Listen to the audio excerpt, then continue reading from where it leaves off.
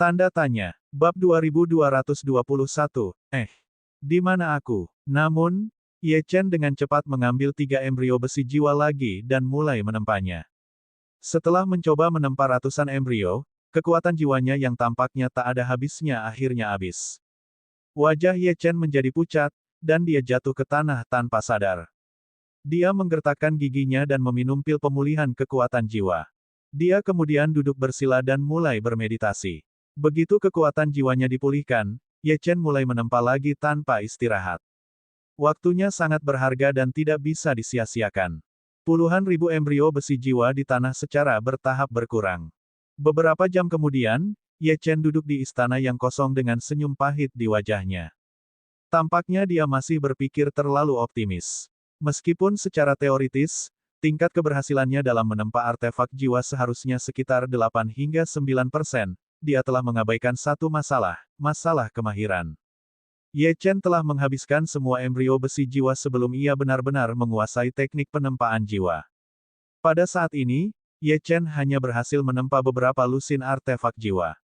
Meskipun hanya ada beberapa lusin, artefak jiwa ini sangat berharga di benua Lingwu, dan masing-masing bernilai sangat mahal.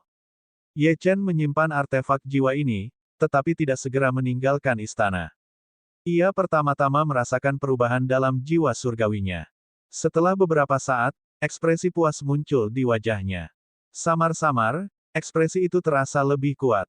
Ini adalah aspek yang paling menakutkan dari teknik penempaan jiwa.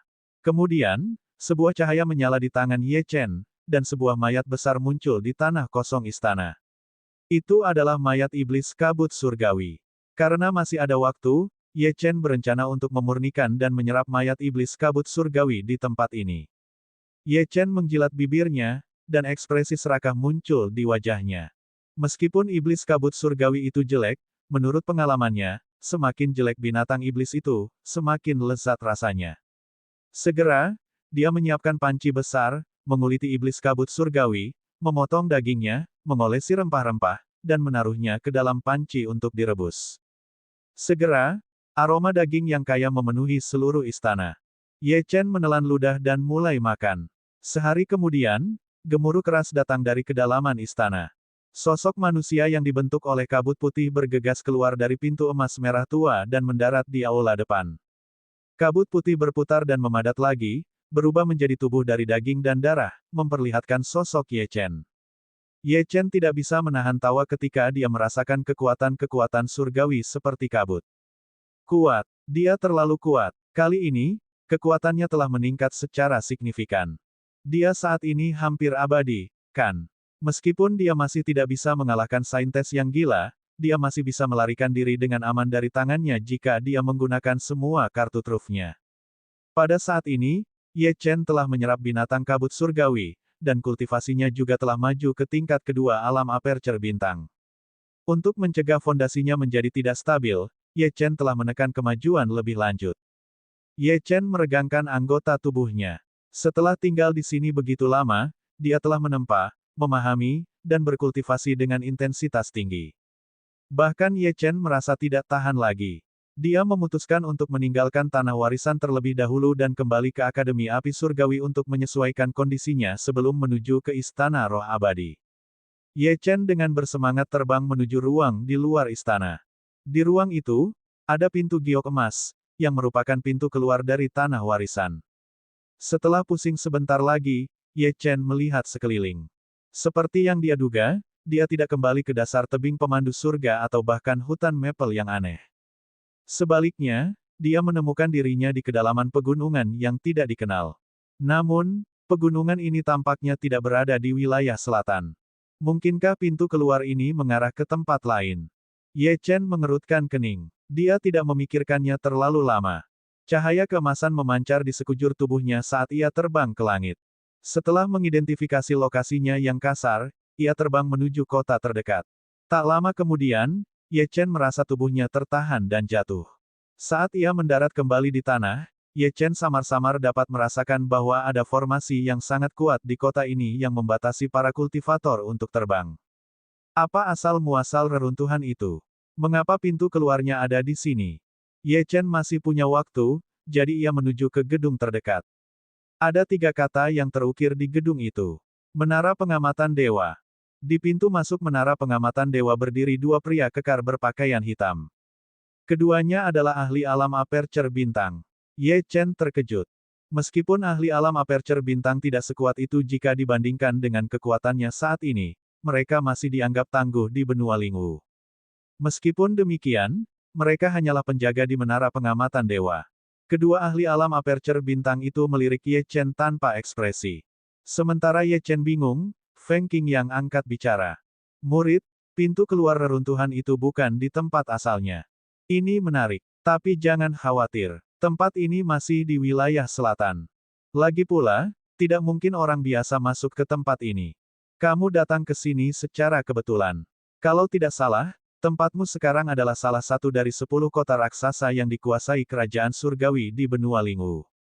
Para penguasa kota dari 10 kota raksasa ini semuanya berasal dari kerajaan surgawi, dan sumber daya kota-kota ini semuanya disediakan oleh kerajaan surgawi. Begitu ancaman muncul di benua Lingwu, para ahli dari kota-kota raksasa ini akan memimpin. Kota raksasa ini juga merupakan tempat liburan bagi orang-orang kerajaan surgawi di benua Lingwu. Hati-hati, mungkin ada banyak orang dari kerajaan surgawi di sini. Selain itu, tidak perlu meminta batu roh dan batu suci. Mata uang di kota ini sangat berbeda dengan mata uang benua Lingwu. Mungkin itu mata uang kerajaan surgawi. Kamu dapat menggunakan alat jiwa yang kamu sempurnakan untuk menukar beberapa barang di Menara Pengamatan Dewa. Jika tidak, jika kamu tidak dapat menunjukkan apapun yang dapat diedarkan, begitu identitasmu terungkap, konsekuensinya tidak akan terbayangkan. Begitu kamu mendapatkan barang itu, aku akan mengajarimu cara pergi. Ye Chen mengangguk. Dia tidak menyangka kerajaan surgawi telah membangun 10 kota raksasa di benua Lingwu. Selain itu, dia sedikit penasaran dengan tempat ini. Tanpa menunda lebih lanjut, Ye Chen masuk. Untungnya, kedua penjaga tidak menghentikan Ye Chen. Tidak lama setelah Ye Chen melangkah ke Menara Pengamatan Dewa, seorang gadis murni dan cantik berusia 16 atau 17 tahun menyapa Ye Chen dengan senyum manis dan berkata dengan lembut, "Halo, Tuan Muda. Namaku Xiaoling, seorang pelayan di sini. Bolehkah aku tahu apa yang kamu butuhkan?"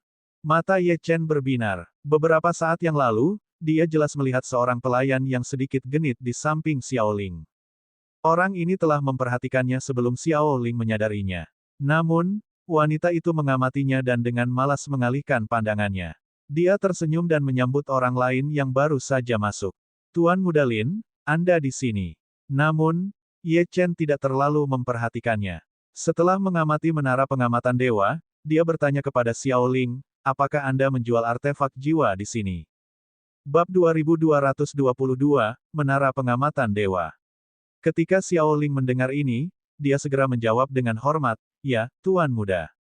Menara Pengamatan Dewa kami tidak hanya menjual artefak jiwa untuk para ahli alam gerbang tertutup, tetapi juga para ahli alam kekosongan besar. Aku ingin tahu tingkat artefak jiwa apa yang Anda butuhkan, Tuan Muda." Selain level, artefak jiwa di sini juga dikategorikan menjadi kelas rendah, kelas menengah, kelas tinggi, dan kelas atas. Kekuatan teknik jiwa kelas rendah adalah 10%, sedangkan teknik jiwa kelas menengah adalah 20%, teknik jiwa kelas tinggi adalah 30%, dan teknik jiwa kelas atas adalah 40%. Berapa harga artefak jiwa ini? Ye Chen bertanya, menganggukkan kepalanya. Untuk artefak jiwa bagi para ahli alam gerbang tertutup, harganya adalah 50 kelereng surgawi untuk artefak jiwa tingkat rendah, 100 untuk artefak jiwa tingkat menengah, 200 untuk artefak jiwa tingkat tinggi, dan 500 untuk artefak jiwa tingkat atas. Untuk artefak jiwa alam kekosongan besar, harganya adalah 1000 kelereng surgawi untuk artefak jiwa tingkat rendah, 2000 untuk artefak jiwa tingkat menengah, 4000 untuk artefak jiwa tingkat tinggi, dan 10.000 untuk artefak jiwa tingkat atas. Mata Ye Chen menyipit setelah mendengar itu. Harga untuk artefak jiwa ini benar-benar mengerikan. Itu membuat hatinya bergetar. Bahkan jika artefak jiwa yang ditempanya tidak sebanding dengan artefak jiwa tingkat atas untuk ahli alam kekosongan besar, itu seharusnya tidak terlalu jauh, bukan?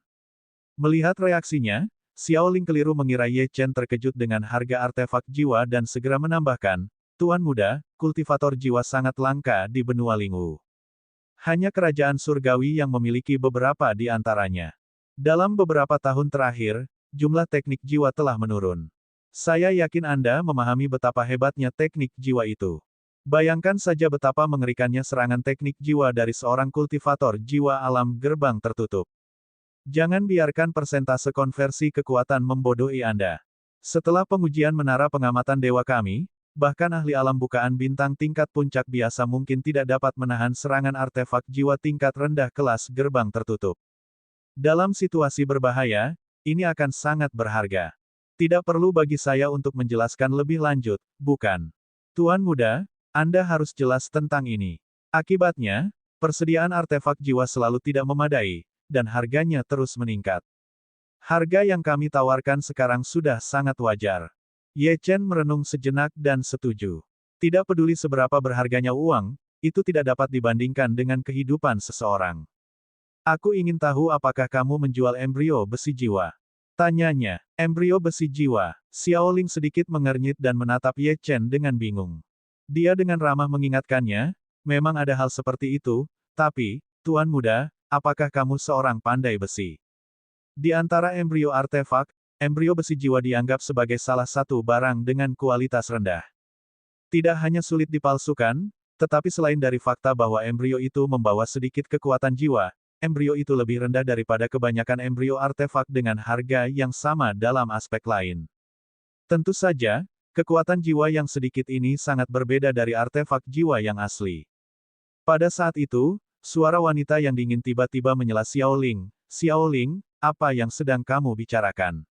Apa yang ingin dibeli Tuan Muda ini? Dia pasti punya alasan. Siapa kamu yang bisa mengingatkannya? Dia memang punya selera yang bagus. Apakah kamu tidak setuju? Ye Chen menoleh dan melihat wanita cantik yang telah dilihatnya sebelumnya. Di samping Tuan Muda Lin dari alam gerbang tertutup, keduanya sedang mengamatinya dengan penuh minat. Xiaoling menatap wanita cantik itu dengan ketidakpuasan.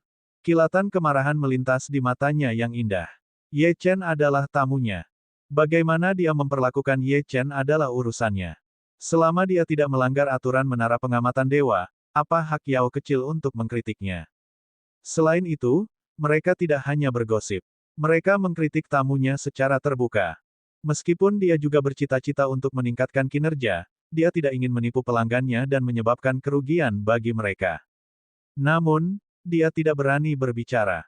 Nama wanita cantik itu adalah Yao kecil, dan dia telah berada di menara pengamatan dewa selama 3 tahun. Sedangkan Xiaoling, dia hanyalah pendatang baru. Ekspresi Ye Chen tetap tenang dan acuh tak acuh. Senyum di wajah Tuan Muda Lin dan Yao kecil semakin dalam saat mengamati sikap acuh tak acuh dan pendiam Ye Chen. Namun, mereka tidak mengatakan apa-apa lagi. Bagaimanapun, ini adalah menara pengamatan dewa. Menara, dan masih ada aturan. Jika mereka melanggar aturan, mereka akan menghadapi konsekuensi yang tak tertahankan. Saya ingin memeriksa sampel, jika itu dapat diterima, kata Ye Chen. Xiaoling mengangguk. Ya, Tuan Muda, embrio besi jiwa terletak di lantai 3. Silakan ikuti saya. Pada saat yang sama, dia mencondongkan tubuh lebih dekat dan berbisik dengan nada meminta maaf ke telinga Ye Chen. Tuan Muda, saya minta maaf. Little Yao dan saya memiliki beberapa masalah yang belum terselesaikan, yang menyebabkan ledakan amarahnya sebelumnya.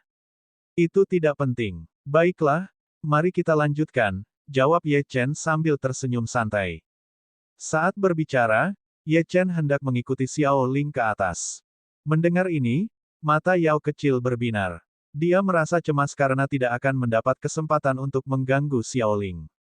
Pendatang baru yang menyebalkan ini telah menarik perhatian banyak tamu sejak kedatangannya. Setiap kali dia mengunjungi menara pengamatan dewa, mereka akan meminta Xiaoling menemaninya, yang membuat Yao kecil merasa iri dan kesal.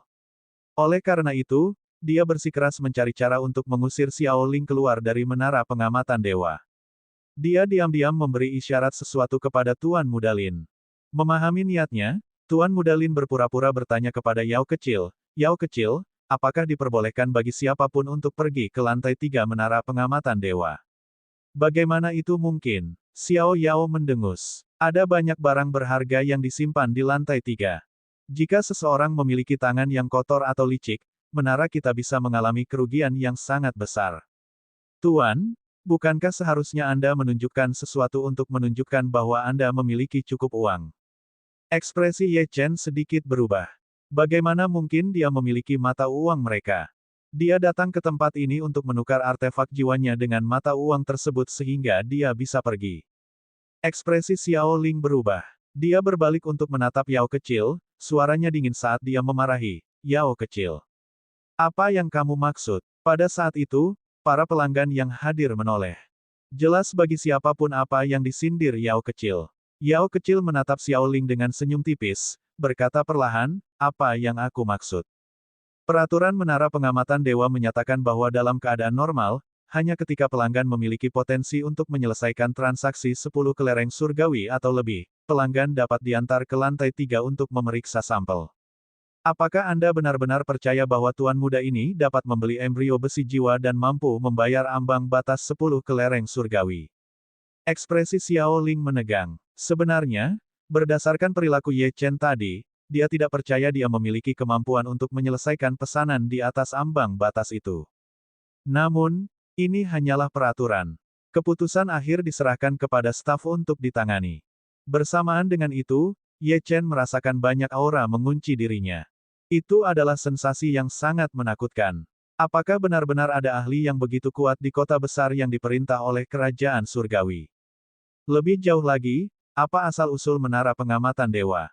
Jika dia tidak bisa mendapatkan batu awan surgawi, akan sangat sulit baginya untuk pergi dari tempat ini. Tepat ketika Ye Chen merenungkan sebuah solusi, sebuah suara kuno tiba-tiba bergema, "Nak, bantu aku. Aku dapat membantumu menyelesaikan masalah mendesak ini." Suara ini bukan berasal dari Feng Qingyang, tetapi dari dokter surgawi Canggu, yang selama ini terdiam. Hanya ketika pelanggan memiliki potensi untuk menyelesaikan transaksi 10 kelereng surgawi atau lebih, pelanggan dapat diantar ke lantai 3 untuk memeriksa sampel. Apakah Anda benar-benar percaya bahwa tuan muda ini dapat membeli embrio besi jiwa dan mampu membayar 10 kelereng surgawi? Ekspresi Xiao Ling menegang. Sebenarnya, berdasarkan perilaku Ye Chen tadi, dia tidak percaya dia memiliki kemampuan untuk menyelesaikan pesanan di atas ambang batas itu. Namun, ini hanyalah aturan. Keputusan akhir diserahkan kepada staf untuk ditangani. Bersamaan dengan itu, Ye Chen merasakan banyak aura mengunci dirinya. Itu adalah sensasi yang sangat menakutkan. Apakah benar-benar ada ahli yang begitu kuat di kota besar yang diperintah oleh kerajaan surgawi? Lebih jauh, apa asal mula menara pengamatan dewa? Jika dia tidak bisa mendapatkan batu awan surgawi, akan sangat sulit baginya untuk pergi dari tempat ini. Tepat ketika Ye Chen merenungkan solusinya, sebuah suara kuno tiba-tiba bergema, "Nak, bantu aku. Aku dapat membantumu menyelesaikan masalah yang mendesak ini." Suara ini tidak berasal dari Feng Qingyang, tetapi dari tabib surgawi Canggu yang sedari tadi terdiam. Hanya ketika pelanggan memiliki potensi untuk menyelesaikan transaksi 10 kelereng surgawi atau lebih, pelanggan dapat diantar ke lantai 3 untuk memeriksa sampel. Apakah Anda benar-benar percaya bahwa tuan muda ini dapat membeli embrio besi jiwa dan mampu membayar 10 kelereng surgawi? Ekspresi Xiao Ling menegang. Sebenarnya, berdasarkan perilaku Ye Chen tadi, dia tidak percaya dia memiliki kemampuan untuk menyelesaikan pesanan di atas ambang batas itu. Namun, ini hanyalah aturan. Keputusan akhir diserahkan kepada staf untuk ditangani. Bersamaan dengan itu, Ye Chen merasakan banyak aura mengunci dirinya. Itu adalah sensasi yang sangat menakutkan. Apakah benar-benar ada ahli yang begitu kuat di kota besar yang diperintah oleh kerajaan surgawi? Lebih jauh, apa asal mula menara pengamatan dewa? Jika dia tidak bisa mendapatkan batu awan surgawi, akan sangat sulit baginya untuk pergi dari tempat ini. Tepat ketika Ye Chen merenungkan solusinya, sebuah suara kuno tiba-tiba bergema, "Nak, bantu aku. Aku dapat membantumu menyelesaikan masalah yang mendesak ini." Suara ini tidak berasal dari Feng Qingyang, tetapi dari tabib surgawi Canggu yang sedari tadi terdiam. Bab 2223, Tolong Aku. Ye Chen tidak menyangka tabib surgawi Canggu akan membantunya saat ini. Orang tua ini, yang dikenal sebagai sosok paling aneh di kerajaan surgawi, sebenarnya datang untuk meminta bantuannya. Mungkinkah itu terkait dengan menara pengamatan dewa? Mungkinkah tabib surgawi Canggu juga membutuhkan sesuatu darinya?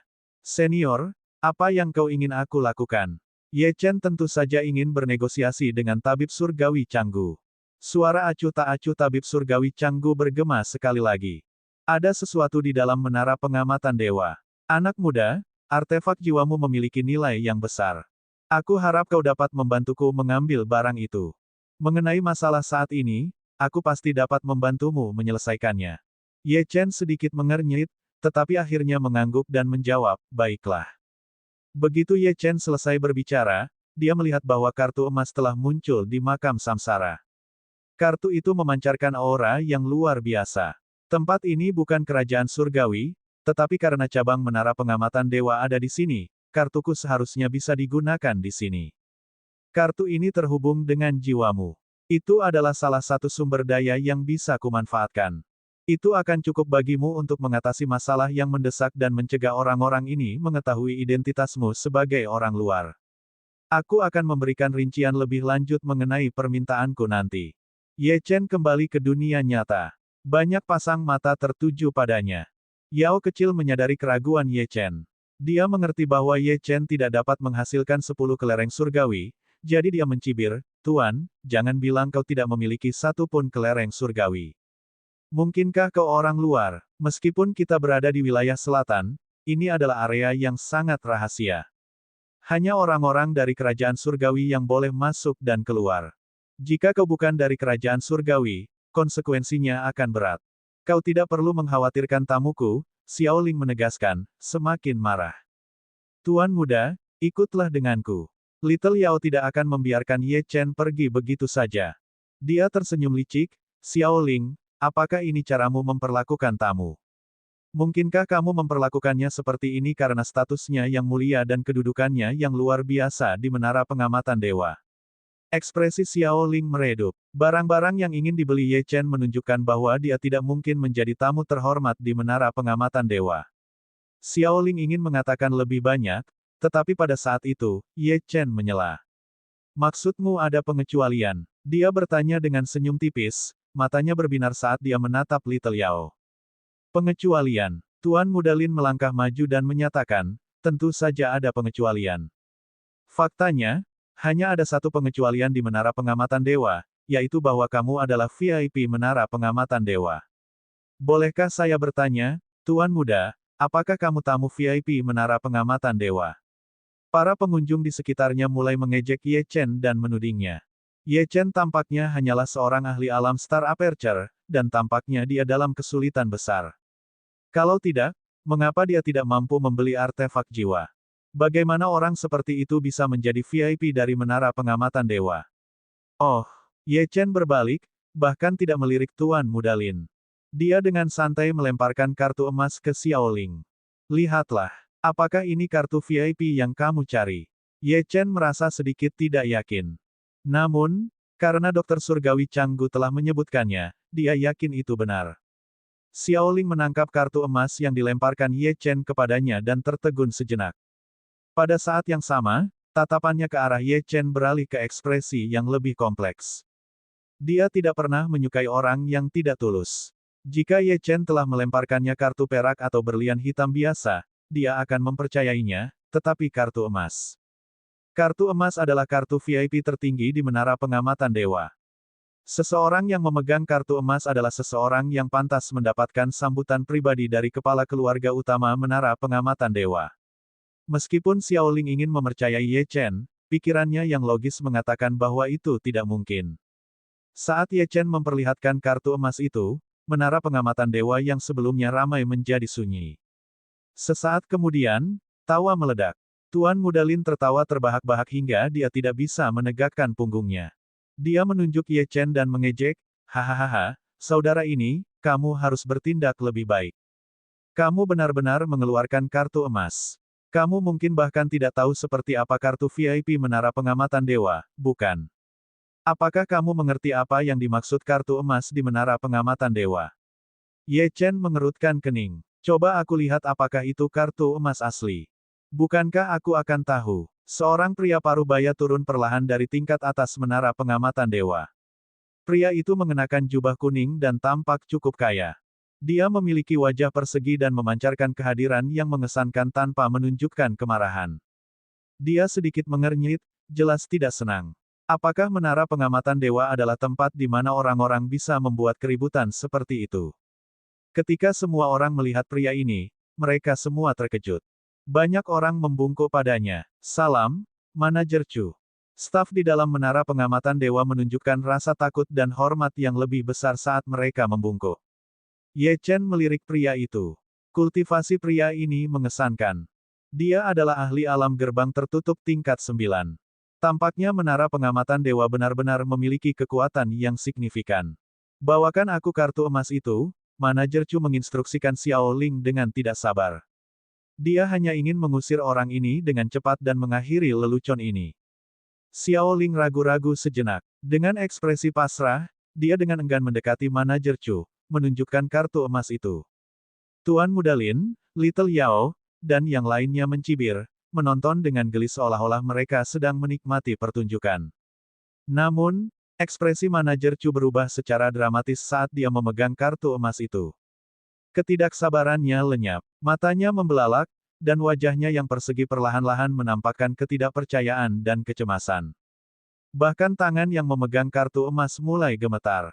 Meskipun dia mengelola salah satu menara pengamatan dewa di 10 kota, statusnya jauh dari menara pengamatan dewa kerajaan surgawi. Kartu emas di hadapannya tidak dapat disangkal adalah kartu kerajaan surgawi. Selain itu, nomor serinya rendah. Hanya leluhur dan faksi utama kerajaan surgawi yang dapat menggunakan kartu seperti itu. Yang terpenting, kartu ini tidak palsu. Apa identitas pemuda ini yang belum pernah dia temui di kota?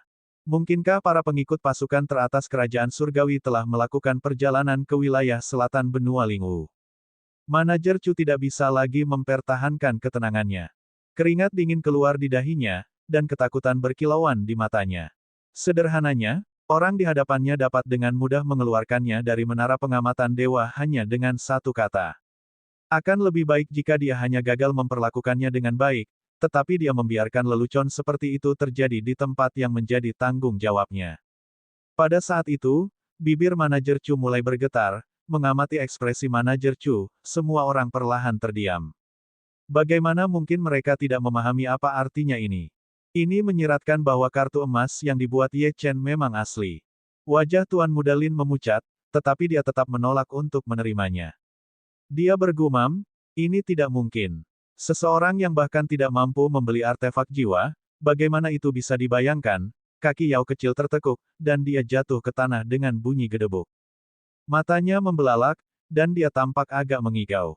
Manajer Chu melotot tajam ke arah mereka berdua, berharap dia bisa memakan mereka utuh. Bagaimana mungkin mereka tidak mengerti apa maksudnya? Ini berarti kartu emas yang Ye Chen buat memang asli. Wajah Tuan Muda Lin memucat, tetapi dia tetap menolak untuk menerimanya. Dia bergumam, ini tidak mungkin. Seseorang yang bahkan tidak mampu membeli artefak jiwa, bagaimana mungkin itu bisa terjadi? Kaki Yao kecil lemas, dan dia jatuh ke tanah dengan bunyi gedebuk. Matanya membelalak, dan dia tampak agak mengigau. Manajer Chu melotot tajam ke arah mereka berdua, berharap dia bisa memakan mereka utuh-utuh. Bagaimana mungkin mereka tidak mengerti apa maksudnya? Ini berarti kartu emas yang Ye Chen buat memang asli.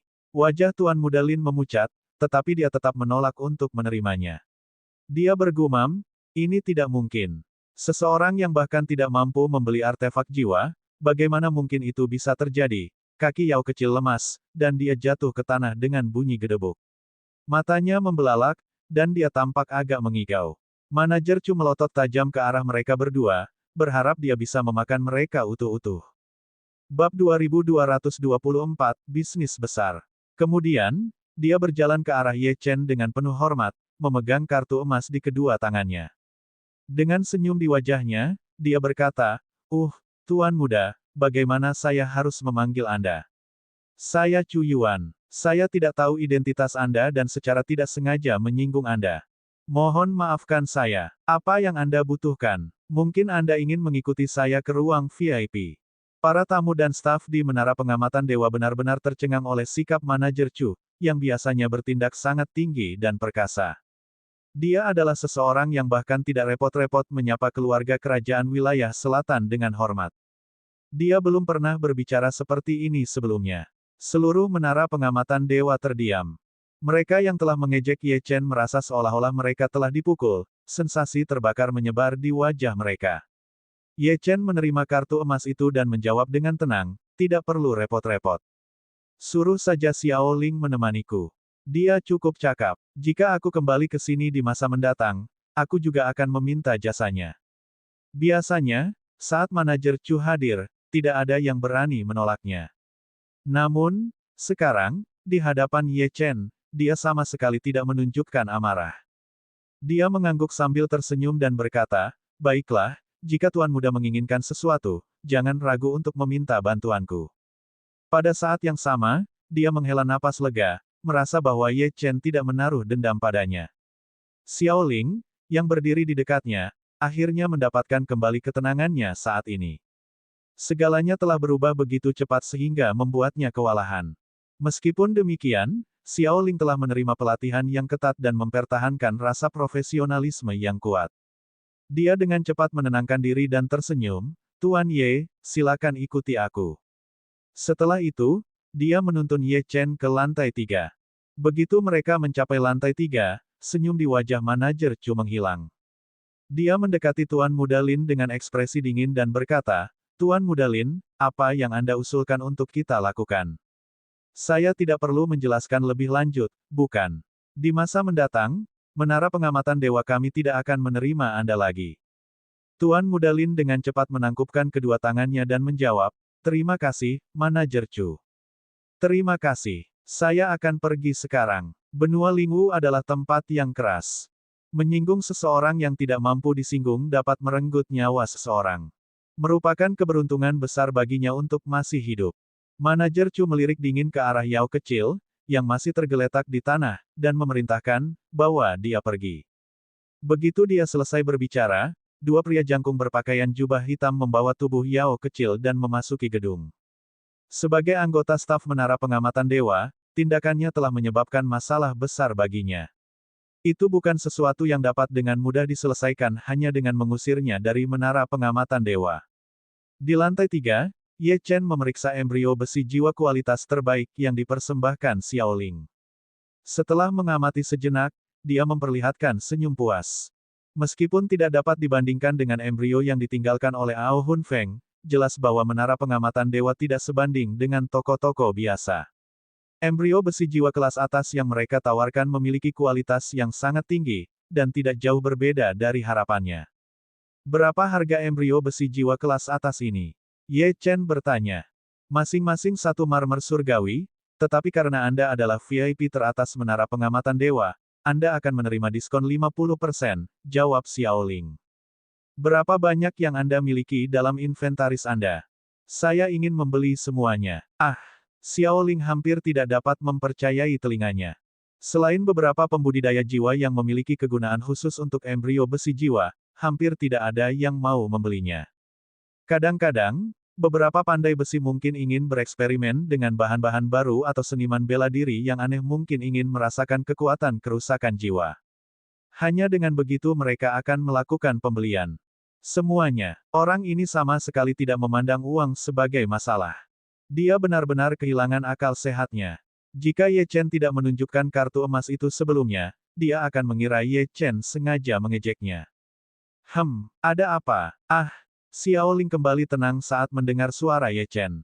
"Menara Pengamatan Dewa kami memiliki total 5.000 embrio besi jiwa," dia memberitahunya.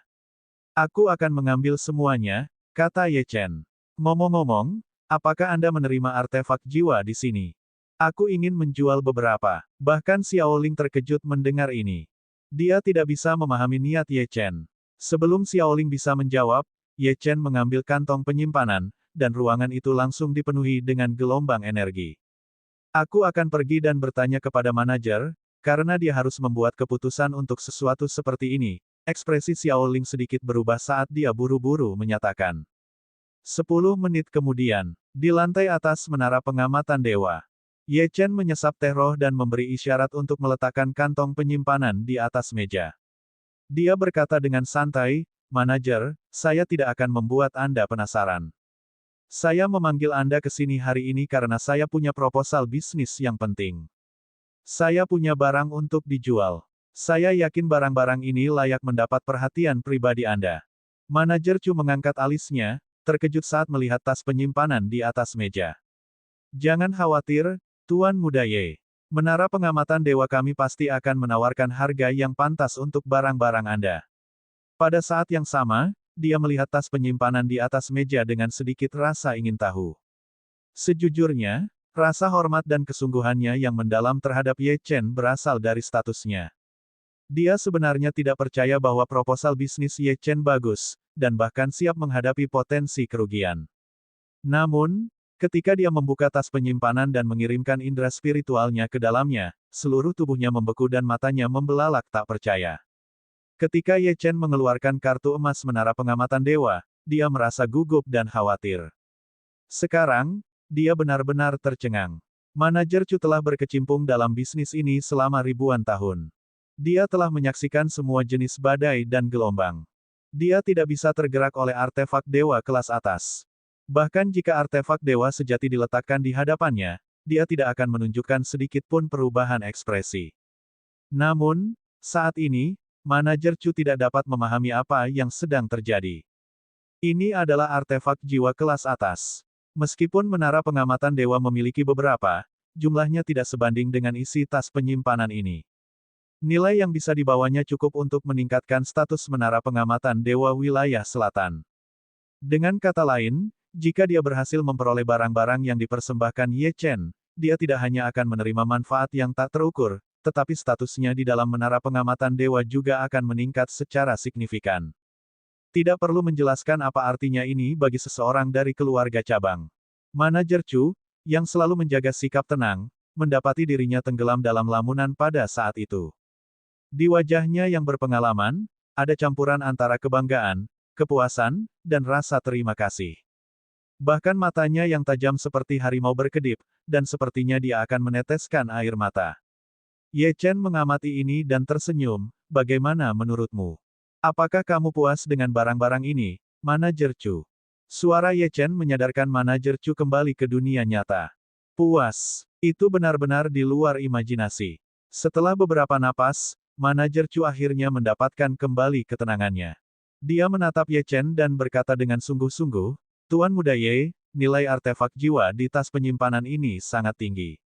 Aku akan menawarkan 5.000 kelereng surgawi untuk setiap bagian. Bagaimana menurutmu? Jika Manajer Chu berasal dari markas besar menara pengamatan dewa, dia bahkan bisa menawarkan lebih banyak kelereng surgawi. Puas. Itu benar-benar di luar imajinasi. Setelah beberapa tarikan napas, Manajer Chu akhirnya mendapatkan kembali ketenangannya.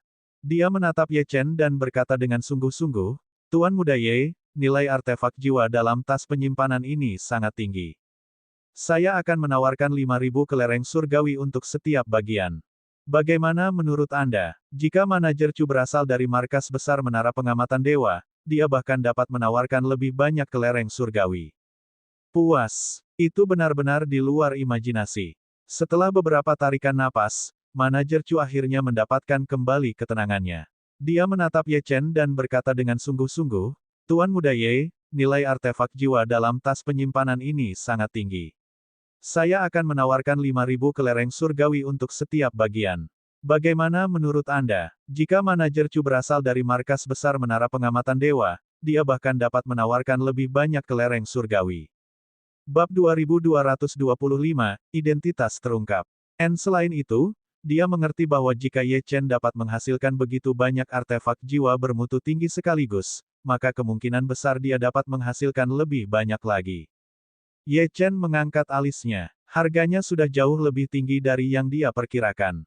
Jelas bahwa Manajer Chu bertekad untuk memperoleh barang-barang ini. Dia tidak berencana untuk menegosiasikan harga. Tentu, katanya langsung, mari kita lanjutkan dengan harga ini. Manajer Chu merasa sangat gembira setelah mendengar ini. Dia segera berdiri dan menyatakan, baiklah. Saya akan segera menyiapkan kelereng surgawi untuk Anda. Mohon tunggu sebentar. Beberapa saat kemudian, Manajer Chu kembali ke ruang VIP dan memberikan kantong penyimpanan kepada Ye Chen. Ye Chen terlalu acuh tak acuh untuk memeriksa kantong penyimpanan itu. Bagaimanapun, menara pengamatan dewa masih memiliki reputasi yang harus dijunjung tinggi. Dia dengan cepat meminum seteguk teh roh terakhir dan berdiri. Ngomong-ngomong, Manajer Chu, tolong tinggalkan satu jimat giok komunikasimu untukku. Selain itu, aku butuh embrio besi jiwa dalam jumlah besar. Markasmu seharusnya punya banyak, kan? Aku menginginkan semuanya. Mengenai lokasi pengiriman, aku akan beritahukan kepadamu saat waktunya tiba. Kalau aku bisa mengumpulkan lebih banyak, tentu saja itu lebih baik. Kamu bisa mengurangi pembayaran embrio besi jiwa dari jumlah yang terkait dengan transaksi bisnis ini. Penjaga toko Chu sejenak terkejut dengan permintaan ini. Dia menatap Ye Chen dengan ekspresi bingung. Dia tidak bodoh dan mengerti bahwa keinginan Ye Chen untuk mendapatkan begitu banyak embrio besi jiwa pasti terkait dengan artefak jiwa yang baru saja diberikannya. Namun, dia merasa sulit untuk percaya. Pemuda ini mampu menempa artefak jiwa bermutu tinggi. Gagasan itu benar-benar mencengangkan. Meskipun rasa ingin tahunya sangat besar, dia menahan diri untuk tidak bertanya lebih lanjut. Sebaliknya, dia bertanya, apakah Tuan Ye berencana meninggalkan kota? Dia menyerahkan jimat giok komunikasinya kepada Ye Chen. Ye Chen mengangguk. Benar sekali. Aku masih harus mengurus beberapa hal di benua Lingwu. Penjaga toko Chu tersenyum mendengar ini. Namun, menara pengamatan dewa kami memiliki kapal terbangnya sendiri. Jika Tuan Muda Ye tidak keberatan, aku bisa mengaturnya untukmu. Kita bisa pergi ke lokasi manapun yang Tuan Muda Ye inginkan secepat mungkin. Kalau begitu aku harus merepotkan manajer Chu dengan ini, jawab Ye Chen. Dia merasa senang. Meskipun dia tidak terlalu suka berurusan dengan pedagang, dia harus mengakui bahwa terkadang lebih mudah untuk mengenal orang-orang seperti itu. Tepat saat Ye Chen bersiap untuk pergi, dia mendengar suara Dokter Surgawi Changgu yang berasal dari makam Samsara dan kembali ke tempat duduknya. Manajer Chu, ada satu hal lagi. Dia menatap manajer Chu dan tersenyum.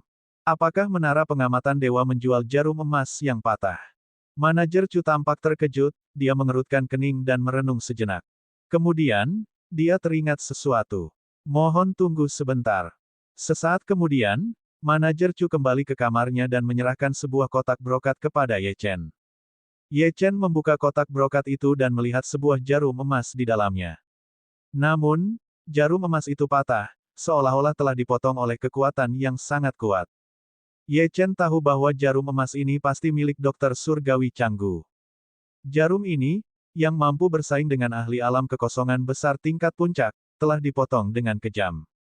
Penyerang itu pasti seorang ahli alam pembantai bencana. Manajer Chu, berapa harga barang ini? Saya ingin mendapatkannya. Tanpa diduga, manajer Chu menggelengkan kepalanya. Barang ini tidak bernilai banyak. Sudah rusak. Saya tidak tahu asal-usulnya. Anggap saja ini hadiah untuk Tuan Muda Ye. Mari kita berteman. Terima kasih, jawab Ye Chen, tidak ingin membuang kata-kata lebih lanjut. Jarum emas ini tidak memiliki energi. Selain dirinya sendiri, tidak ada orang lain yang tertarik untuk membelinya. Manajer Chu, tolong atur keberangkatanku sekarang, perintah Ye Chen sekali lagi. Baiklah, setengah jam kemudian. Manajer Chu kembali ke lantai atas. Namun, sedikit kecurigaan dan keseriusan berkedip di matanya. Setelah cukup lama merenung, dia akhirnya mengambil liontin giok. Setetes esensi darah jatuh di atasnya. Liontin giok itu berkilauan, dan bayangan seorang lelaki tua segera terwujud di udara. Apa itu? Suara lelaki tua itu sangat dingin, dan sedikit kelemahan bisa dideteksi. Tuan, setengah dari jarum emas itu telah diambil, suara manajer Chu bergetar. Dia menyadari bahwa lelaki tua ini mengendalikan seluruh menara pengamatan dewa, dan bahwa orang ini juga merupakan makhluk dengan kekuatan luar biasa di dalam kerajaan surgawi. Apa? Lelaki tua itu tampak sedikit terkejut. Dia tiba-tiba mengangkat kepalanya. Apakah Anda sudah memastikan identitas orang ini?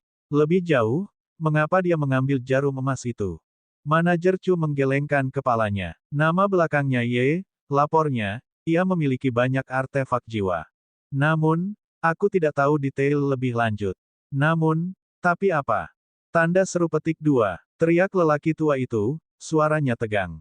Suaranya dipenuhi hasrat yang meluap-luap dan amarah yang tak terbatas.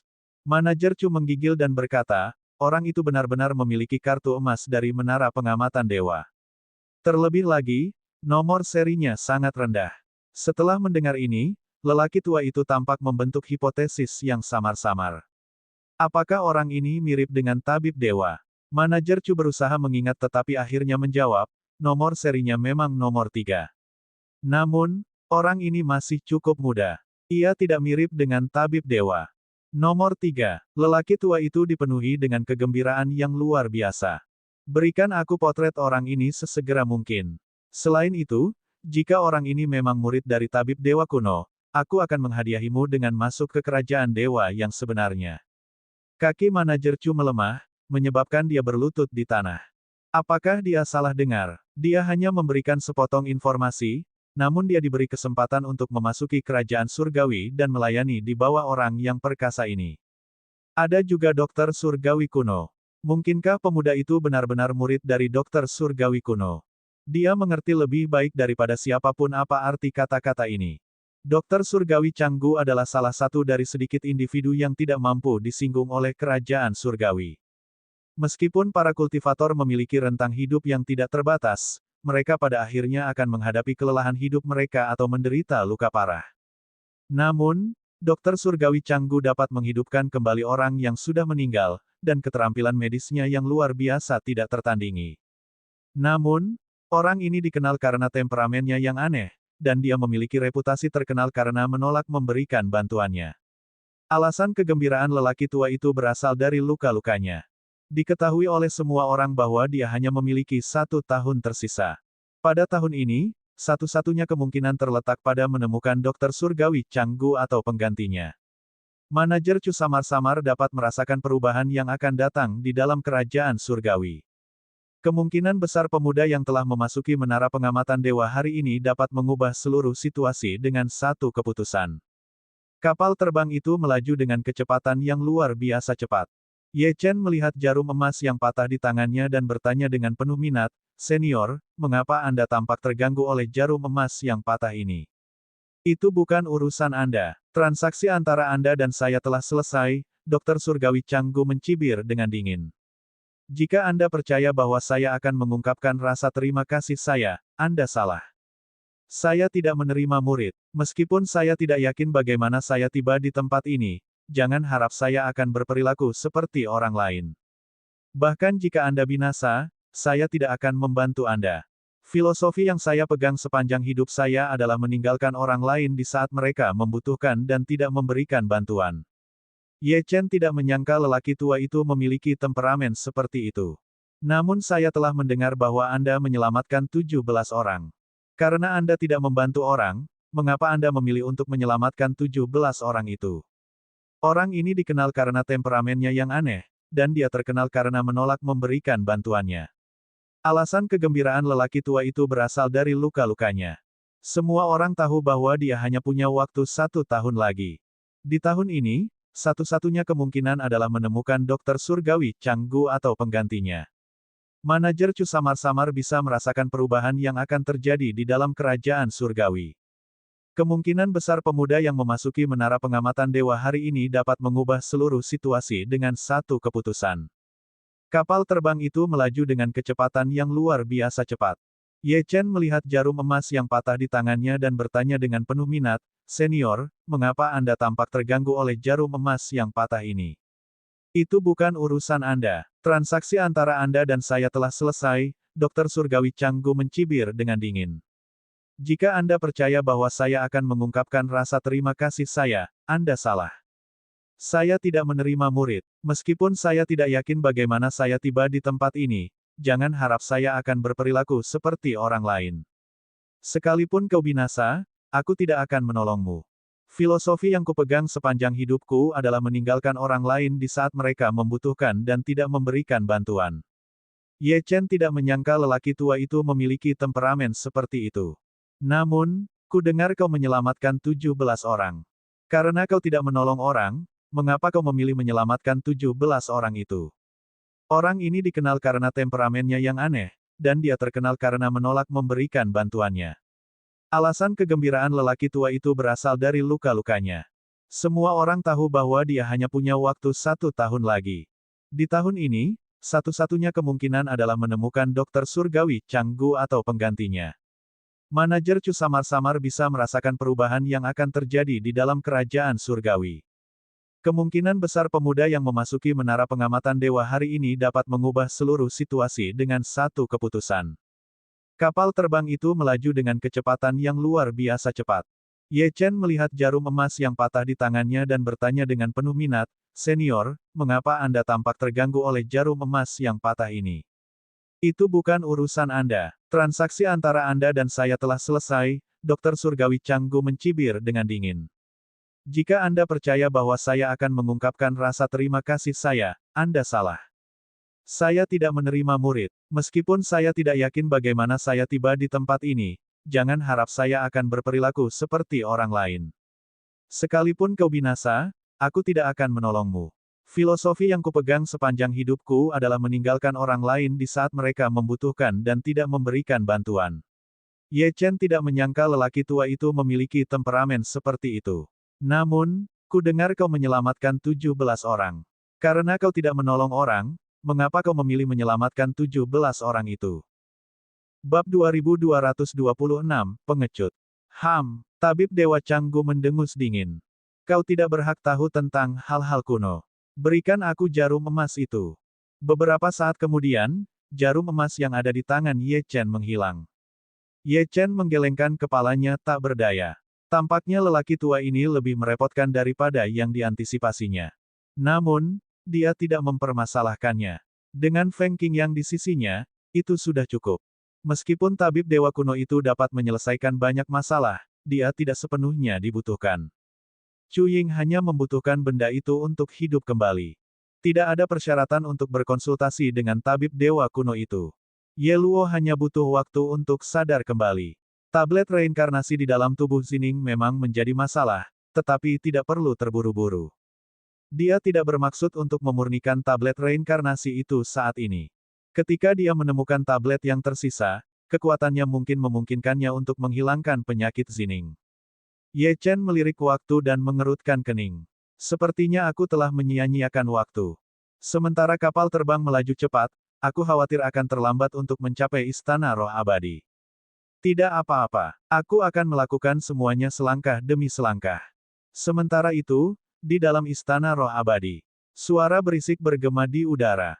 Xia Lingqiu duduk di panggung, tatapan dinginnya tertuju pada Ling Yun, yang berdiri dengan gagah di atas panggung. Ling Yun memegang pedang dingin di tangannya, matanya terpejam. Dia jelas sedang menunggu kedatangan seseorang. Istana Roh Abadi telah memberikan undangan kepada banyak orang untuk pertempuran antara Ye Chen dan Ling Yun. Tentu saja, banyak faksi juga datang. Di satu sisi, ini karena status Xia Lingqiu sebagai kepala Istana Roh Abadi. Di sisi lain, mereka juga berusaha mengukur kekuatan Ye Chen. Mereka memiliki beberapa pengetahuan tentang perbuatan Ye Chen, dan tahu bahwa kemampuan bertarungnya luar biasa kuat. Dia adalah seorang jenius yang sangat arogan, dan meskipun dia berasal dari dunia bela diri tingkat rendah, bakatnya sangat mengesankan. Meskipun demikian, 4 jam telah berlalu dan Ye Chen belum juga tiba. Fakta ini membuat banyak golongan di bawah panggung menjadi tidak sabar. Bukankah Ye Chen adalah mimpi buruk wilayah barat dan sangat sombong? Mengapa dia belum muncul juga? Lihat, aura yang terpancar dari Ling Yun menunjukkan bahwa dia telah mencapai tahap akhir dari alam gerbang tertutup. Dengan kekuatan seperti itu, bahkan jika aku adalah Ye Chen, aku tidak akan datang. Namun, ini aneh. Bagaimana Ling Yun meningkatkan kultivasinya begitu cepat? Tingkat pertumbuhannya sungguh mencengangkan. Bukan hal yang aneh bagi Ling Yun untuk menerobos dengan kecepatan seperti itu, seorang lelaki tua menyela. Kalian semua mungkin tidak tahu latar belakang kepala Istana Roh Abadi, bukan? Xia Lingqiu adalah adik perempuan Ling Yun, dan ada perbedaan usia yang sangat jauh di antara mereka. Meskipun begitu, di usia yang begitu muda, kekuatan Xia Lingqiu jauh melampaui Ling Yun. Ini sungguh aneh. Xia Lingqiu menjadi kepala Istana Roh Abadi sejak awal. Ada banyak aspek misterius yang melingkupinya. Dikabarkan bahwa Xia Lingqiu memiliki harta karun yang dapat meningkatkan kultivasinya dengan cepat. Selain itu, seorang ahli alam gerbang tertutup pernah menyerbu Istana Roh Abadi, tetapi akhirnya, orang itu menemui ajalnya. Inilah sebabnya kekuatan Ling Yun melonjak begitu drastis kali ini. Itu pasti karena Xia Lingqiu. Orang tua itu jelas berpengetahuan luas dan menatap Xia Lingqiu dengan waspada. Sepertinya Ye Chen tidak akan datang kali ini. Kerumunan mulai menyusun semuanya. Dengan Xia Lingqiu yang mengawasi masalah ini, dia pasti tidak akan membiarkan Ling Yun gagal. Selain itu, Ling Yun telah mencapai tahap akhir alam gerbang tertutup. Kudengar Ye Chen belum mencapai alam aperture bintang. Kesenjangannya terlalu signifikan. Bahkan jika dia ikut bertanding, dia akan mencari kematian. Keributan di antara para penonton semakin keras. Di atas panggung, seorang gadis muda duduk di samping Xia Lingqiu. Dia adalah Xia Ruoxue. Mata Xia Ruoxue dipenuhi dengan kecemasan. Dia tidak ingin Ye Chen datang. Kekuatan Ling Yun telah meningkat sedemikian rupa sehingga jika Ye Chen berpartisipasi, dia akan berada dalam bahaya. Meskipun bakat Ye Chen luar biasa, waktu yang dihabiskannya untuk berkultivasi terlalu singkat. Ruoxue, kamu tampak sangat gugup. Xia Lingqiu berkomentar dengan tenang. Sepertinya kamu juga kurang percaya diri pada pacar kecilmu. Itu benar. Kekuatan pemuda itu jauh berbeda dari gurumu. Aku akui dia mengejutkanku, tetapi itu hanya sesaat. Di wilayah benua Lingwu, kekuatan masih yang paling dihormati. Kultivasinya terlalu tidak signifikan dibandingkan dengan istana roh abadi kita. Tunggu 2 jam lagi. Jika dia tidak datang, semuanya akan berakhir. Xia Ruoxue tetap diam. Dia hanya bisa berdoa agar Ye Chen tidak muncul. Waktu mengalir seperti sungai, dan 2 jam berlalu. Hanya sebagian kecil dari faksi yang tersisa di bawah panggung, dan banyak kelompok telah pergi. Semua orang berasumsi bahwa Ye Chen tidak akan muncul. Bahkan dapat dikatakan bahwa dia tidak berani hadir. Ini tidak diragukan lagi sama saja dengan mencari kematian. Beberapa faksi yang bersembunyi di luar Istana Roh Abadi juga mengundurkan diri. Di antara mereka adalah sekte pembantaian yang dibentuk oleh para kultivator pengembara Ye Chen, keluarga Beigong, sekte bulan mistik, Istana Pedang Segudang, dan lainnya. Meskipun mereka mempercayai Ye Chen tanpa syarat, mereka tetap berharap bahwa dia tidak akan muncul. Bahaya pertempuran ini tidak terukur. Bagaimanapun, ini adalah wilayah Istana Roh Abadi. Siapa yang tahu perangkap macam apa yang telah disiapkan Xia Lingqiu untuk menghadapi Ling Yun. Selain itu, mereka bersembunyi dalam bayang-bayang untuk menanggapi situasi khusus. Setelah beberapa waktu, Xia Lingqiu akhirnya menjadi tidak sabar. Dia bangkit, jubah hitamnya berkibar tertiup angin. Semuanya, silakan bubar. Saya khawatir hasilnya sudah jelas. Seseorang tampaknya takut menghadiri pertemuan itu. Namun, Ye Chen tidak menyebutkan waktu pasti perjanjian 1 tahun itu. Dia tidak menyatakan bahwa dia akan datang pada siang hari. Mungkin dia akan datang pada malam hari. Begitu hal ini dikatakan, hadirin tertawa terbahak-bahak. Dengan begitu banyak orang yang mempertahankan posisi mereka, tidak diragukan lagi itu akan sangat menguntungkan bagi Ye Chen. Paling tidak, Istana Roh Abadi tidak akan diam-diam menyerang Ye Chen. Jika tidak ada yang melihat, bahaya Ye Chen akan menjadi lebih parah. Jadi, bagaimana Ye Chen bisa datang pada malam hari? Namun, Ling Yun harus tetap waspada terhadap kedatangannya. Setelah dia selesai berbicara, Xia Lingqiu melirik Xia Ruoxue dan mengejek. Ruoxue, kamu mungkin salah menilai dia. Mulai saat ini, aku akan menemukanmu murid jenius yang bahkan lebih luar biasa.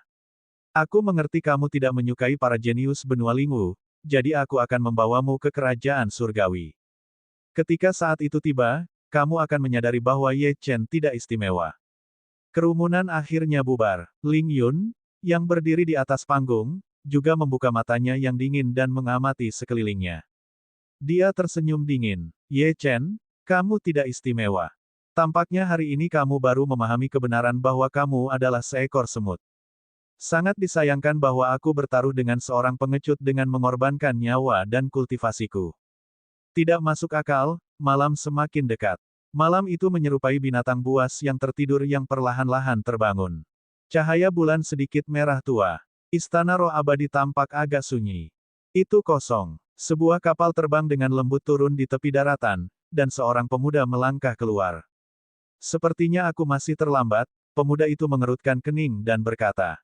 Karena aku terlambat, aku akan menyerbu Istana Roh Abadi hari ini.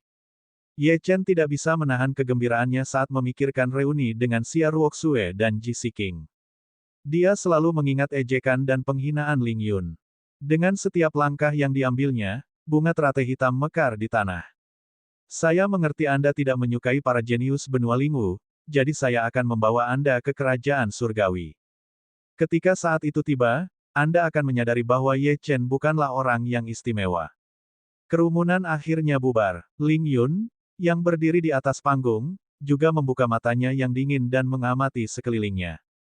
Dia tersenyum dingin. Ye Chen, Anda bukanlah orang yang istimewa.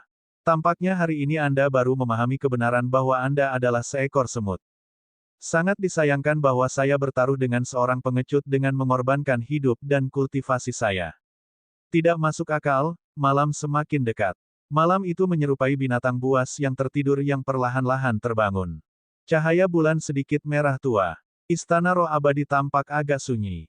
Itu kosong. Sebuah kapal terbang dengan lembut turun di tepi daratan, dan seorang pemuda melangkah keluar. Sepertinya saya masih terlambat, pemuda itu mengerutkan kening dan berkata. Karena saya terlambat, saya akan menyerbu istana roh abadi hari ini. Ye Chen tidak dapat menahan kegembiraannya saat membayangkan akan bertemu kembali dengan Xia Ruoxue dan Ji Siqing. Dia selalu mengingat ejekan dan penghinaan Ling Yun. Setiap kali dia melangkah, bunga teratai hitam mekar di tanah. Saya mengerti Anda tidak menyukai para jenius benua Lingwu, jadi saya akan membawa Anda ke kerajaan surgawi. Ketika saat itu tiba, Anda akan menyadari bahwa Ye Chen bukanlah orang yang istimewa. Kerumunan akhirnya bubar. Ling Yun, yang berdiri di atas panggung, juga membuka matanya yang dingin dan mengamati sekelilingnya. Dia tersenyum dingin. Ye Chen, Anda bukanlah orang yang istimewa. Tampaknya hari ini Anda baru memahami kebenaran bahwa Anda adalah seekor semut. Sangat disayangkan bahwa saya bertaruh dengan seorang pengecut dengan mengorbankan hidup dan kultivasi saya. Tidak masuk akal, malam semakin dekat. Malam itu menyerupai binatang buas yang tertidur yang perlahan-lahan terbangun. Cahaya bulan sedikit merah tua. Istana roh abadi tampak agak sunyi. Itu kosong. Sebuah kapal terbang dengan lembut turun di tepi daratan, dan seorang pemuda melangkah keluar. Sepertinya saya masih terlambat, pemuda itu mengerutkan kening dan berkata. Karena saya terlambat, saya akan menyerbu istana roh abadi hari ini. Ye Chen tidak dapat menahan kegembiraannya saat membayangkan akan bertemu kembali dengan Xia Ruoxue dan Ji Siqing. Dia selalu mengingat ejekan dan penghinaan Ling Yun. Setiap kali dia melangkah, bunga teratai hitam mekar di tanah. Bab 2227, Taktik Kotor. Siapa kau? Di luar istana roh abadi, dua murid menatap sosok dalam bayangan dengan hati-hati. Ye Chen. Ye Chen muncul dari kegelapan. Ye Chen, kau pengecut. Kau akhirnya berani datang dan mencari ajalmu. Kedua murid itu tampak sedikit terkejut, tetapi kemudian mereka mencibir. Kepala istana benar-benar meramalkan ini. Kepala istana telah memerintahkan bahwa jika kau datang di malam hari, kau harus merangkak melalui gerbang istana roh abadi seperti seekor anjing. Begitu kau melakukannya, kami akan mengumumkan kedatanganmu. Tatapan Ye Chen berubah dingin. Dia tidak mengantisipasi bahwa para murid istana roh abadi akan bertindak seperti itu. Tidak perlu untuk itu. Tidak lama setelah Ye Chen berbicara, dia menarik pedang binatang busuk dari punggungnya dan mencengkeramnya dengan kuat, mengarahkannya ke pintu masuk istana roh abadi. Ledakan. Gelombang energi pedang kuno meletus, dan gerbang pintu masuk sekte hancur. Sementara itu, jauh di dalam istana Spirit Immortal Palace, Xia Lingqiu dan Ling Yun membuka mata mereka secara bersamaan. Ling Yun melepaskan niat membunuhnya, ingin bangkit, tetapi dia tertahan oleh tekanan yang berat. Ling Yun, mengapa kamu begitu bersemangat? Bibir Xia Lingqiu melengkung membentuk senyuman. Ye Chen tidak muncul di siang hari dan memilih untuk menunjukkan dirinya di malam hari. Dia harus membayar harganya. Pria, pada saat berikutnya, 10 sosok bayangan muncul di hadapan Xia Lingqiu. Xia Lingqiu mengulurkan tangannya, dan 10 tetes esensi darah terwujud di ujung jarinya. Esensi darah terbang ke dahi 10 orang itu saat dia menginstruksikan, hama yang tidak penting telah tiba. Kamu harus pergi dan menghadapinya. Jika perlu, manfaatkan formasi yang aku ajarkan padamu. Tingkat kultivasi 10 orang itu melonjak sementara, mata mereka berbinar karena kegembiraan. Ya, Master Istana, wus, wus, wus. Keributan di luar mendorong para ahli spirit Immortal Palace untuk terbang ke udara. Ye Chen mendongak dan mengamati 10 ahli melayang di atasnya. Kurang ajar, salah satu ahli berteriak dengan marah. Dia menatap Ye Chen dengan kilatan amarah. Perjanjian 1 tahun belum berakhir. Hari ini belum selesai, jadi perjanjian tersebut masih berlaku. Panggil Ling Yun. Ye Chen menolak mentah-mentah perkataan ahli itu. Penghinaan dan aib yang telah ditimpakan Ling Yun kepadanya akan berakhir hari ini. Kamu tidak memiliki kualifikasi untuk menghadapi wakil kepala istana kami. Salah satu ahli mencibir dengan jijik dan menyerang dengan tangannya. Ye Chen hanyalah seekor semut yang tidak penting, namun dia berani menunjukkan rasa tidak hormat kepada wakil kepala istana mereka. Dia sedang mencari kematian. Sebuah jejak telapak tangan besar turun dari langit. Ekspresi Ye Chen tetap tidak berubah. Dalam sekejap, Ye Chen mengayunkan pedangnya. Energi iblis melonjak maju, dan seberkas energi pedang yang tajam membubung ke langit. Garis energi pedang melayang di sekelilingnya, sementara pepohonan dalam radius 100 mil tiba-tiba pecah dengan retakan keras. Kemudian, sinar pedang menembus jejak telapak tangan dan melonjak ke arah ahli itu.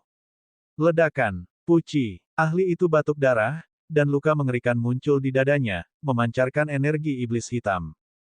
Wajahnya menjadi pucat saat dia mengerahkan seluruh kekuatannya untuk menahan energi iblis yang menyerbu.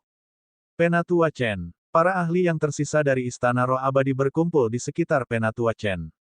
Tidak seorang pun mengantisipasi bahwa Penatua Chen akan mengalami cedera parah seperti itu dari serangan pedang Ye Chen, yang hanyalah seorang ahli alam Star Aperture tingkat kedua. Jangan lupakan perintah Master Istana. Semuanya, serang bersama dan singkirkan bocah sombong ini. Penatua Chen meraung marah. Dia ingin mencabik-cabik Ye Chen saat itu juga. Jejak kekuatan Master Istana tertinggal di dahinya, untuk sementara mengangkatnya ke tahap awal alam gerbang tertutup. Namun, ia terbukti tidak sebanding bahkan dengan ahli alam Star Aperture, jadi harga dirinya telah hancur total. Setelah mendengar perintah Elder Chen, ekspresi para ahli yang tersisa sedikit berubah. Ye Chen telah mengalahkan Elder Chen dengan satu serangan. Bisakah mereka benar-benar menghentikan Ye Chen jika mereka bergabung? Sebenarnya, mereka tidak memiliki rasa percaya diri, tetapi mereka tidak punya pilihan. Jika Ye Chen dibiarkan menyerang Istana Roh Abadi tanpa kendali, di mana reputasi sekte mereka akan berdiri? Saat pikiran-pikiran ini terlintas di benak mereka menyerbu ke depan, aura mereka meletus. Menghadapi seorang jenius seperti Ye Chen, mereka harus memanggil semua kekuatan mereka. Kebisingan di luar telah membangkitkan para pengikut Istana Roh Abadi, yang menggunakan indera spiritual mereka untuk menyelidiki.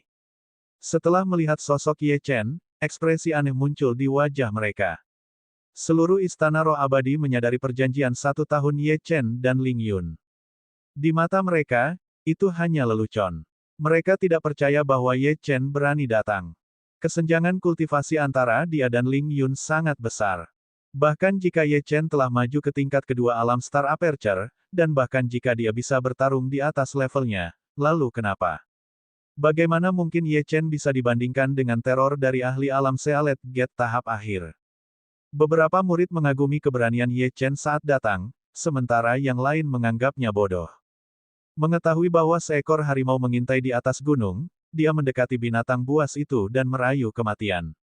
Di sebuah ruangan di dalam Istana Roh Abadi, Xia Lingqiu menyeruput tehnya, sambil tersenyum mengejek. Saat Ye Chen berdiri di luar pintu, dia sudah tahu, tetapi dia memilih untuk tidak mengambil tindakan. Siapa dia? Siapa Ye Chen baginya? Apa yang disebut perjanjian 1 tahun hanyalah lelucon di matanya. Dalam perspektif Xia Lingqiu, Ye Chen bahkan tidak sepadan dengan waktunya untuk terlibat. Ling Yun, kapan aku pernah menyakitimu? Dia menatap Ling Yun, yang ekspresinya dingin. Aku akan memastikan kau tidak akan kehilangan janji 1 tahun ini.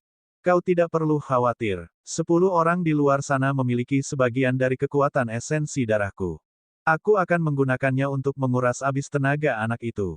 Selain itu, kita juga akan memastikan seberapa besar anak itu telah tumbuh. Aku bertindak dengan cermat. Ini berkaitan dengan martabat sekte.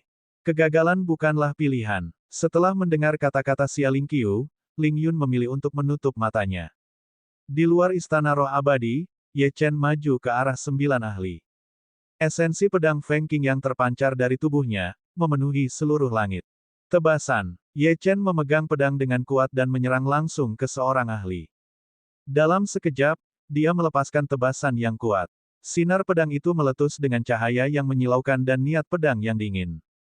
Wus! Dengan satu serangan, salah satu ahli itu dikalahkan dan jatuh ke tanah, auranya berkurang menjadi bisikan belaka. Dari belakang Ye Chen, sebuah raungan marah meletus.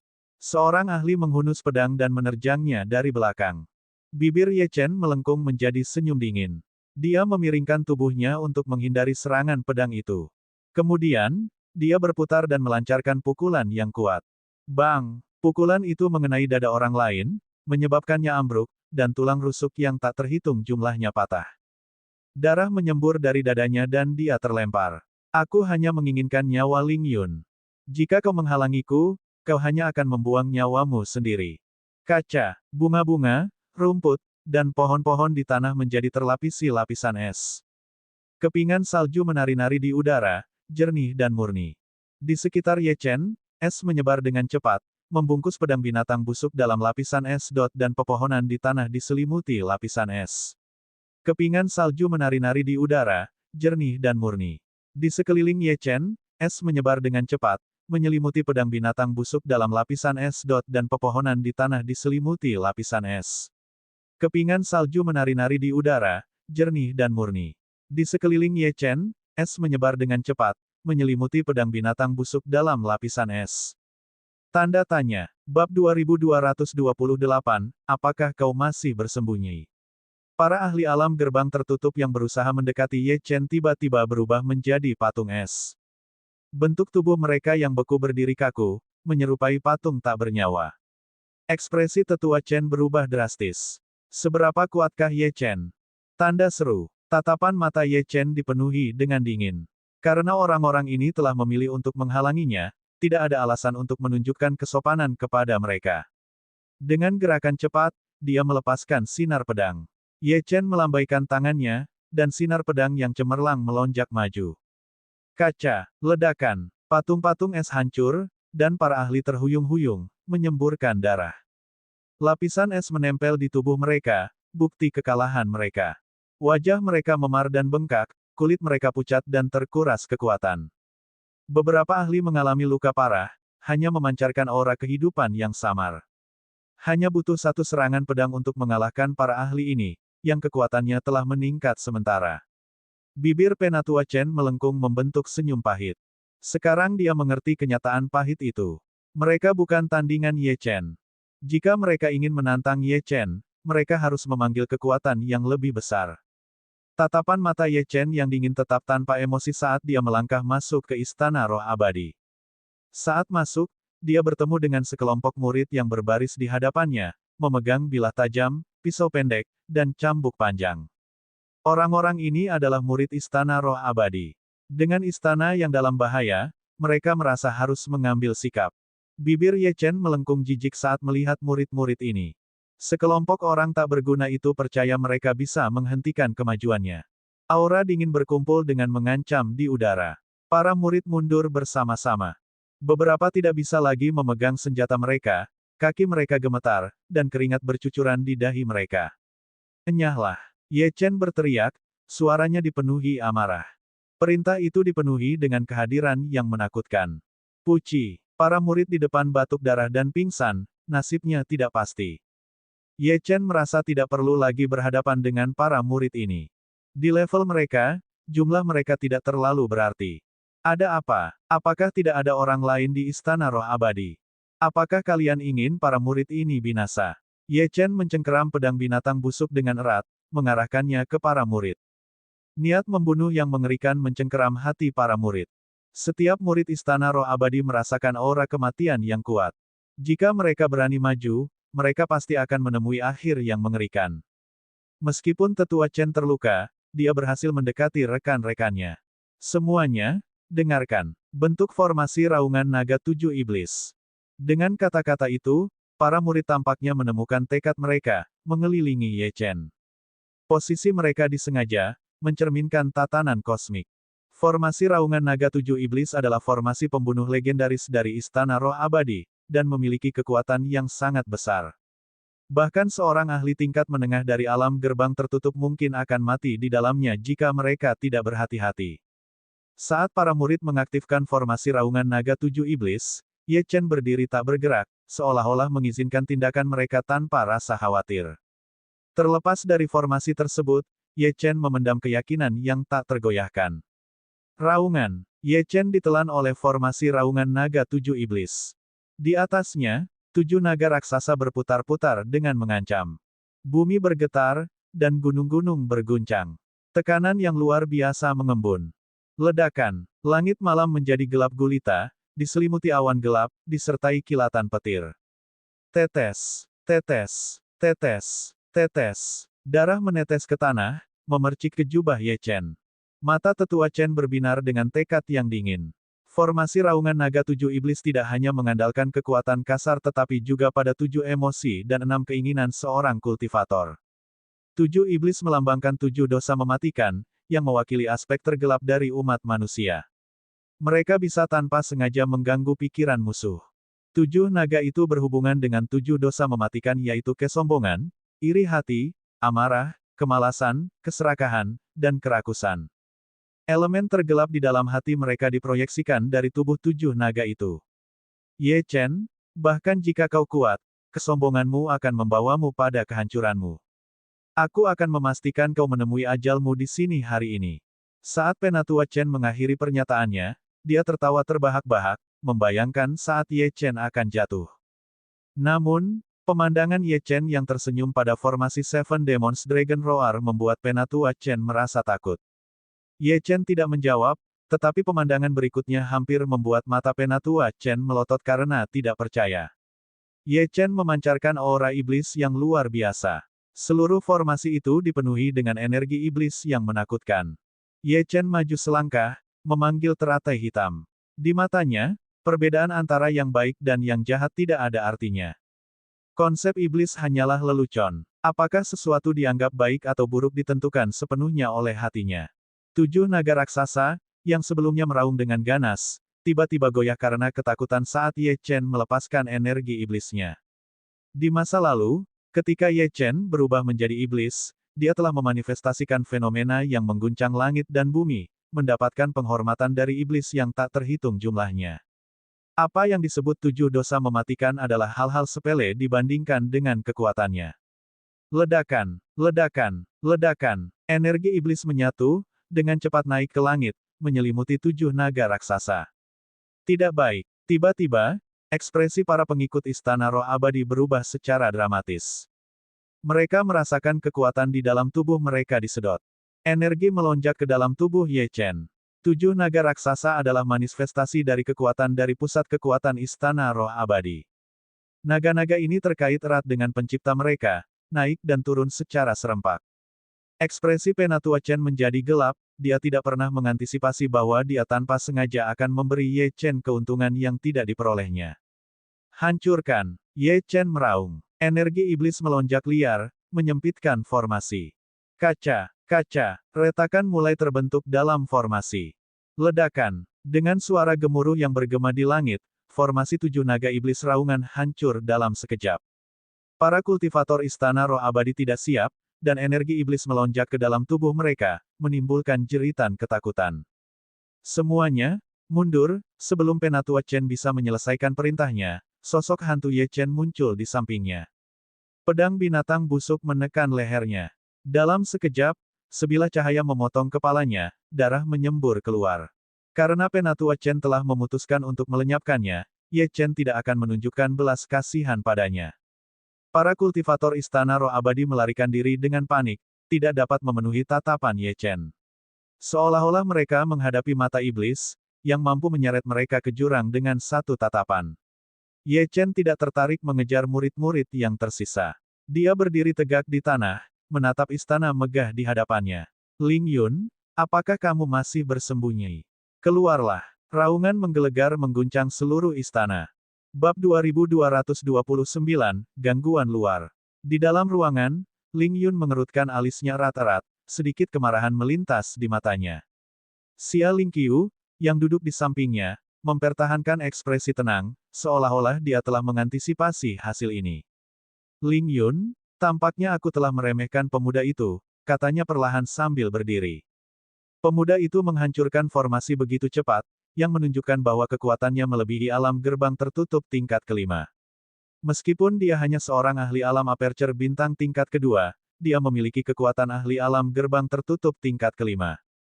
Pemuda ini menarik, layak untuk terlibat dalam pertempuran. Pada saat itu, ketukan bergema di pintu. Xia Lingqiu tersenyum. Dengan jentikan lengannya, sebuah sosok tiba-tiba muncul. Itu adalah Xia Ruoxue. Xia Ruoxue telah mendengar keributan itu dan menyadari bahwa Ye Chen hadir. Meskipun dia mengerti betapa kuatnya Ye Chen, dia juga sangat menyadari bahaya yang ditimbulkan oleh Istana Roh Abadi.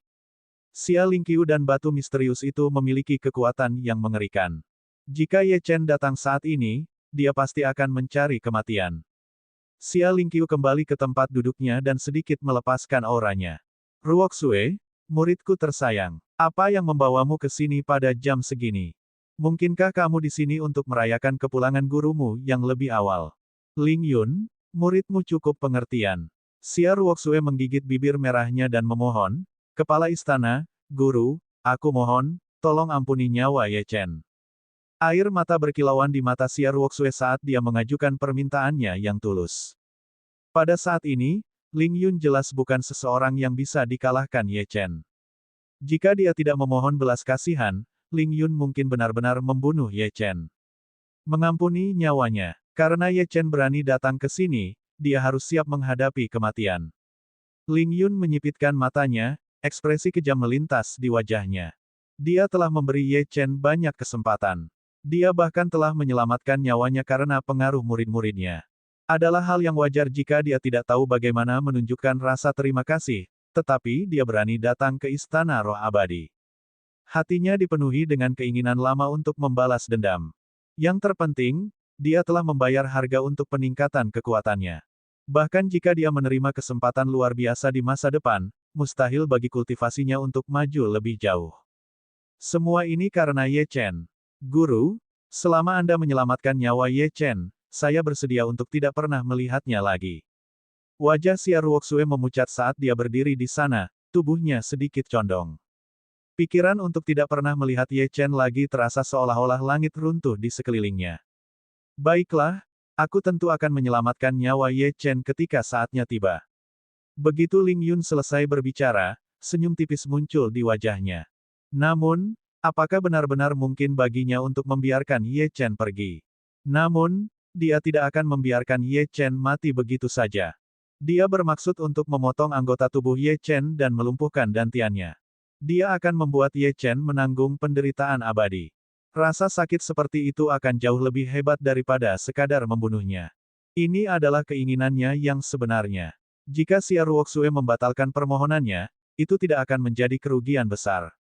Tepat saat Ling Yun bersiap untuk bertindak, sebuah sosok muncul di luar pintu. Gadis ini adalah Ji Siking. Kultivasi Ji Siking telah mencapai tingkat ketiga dari alam gerbang tertutup.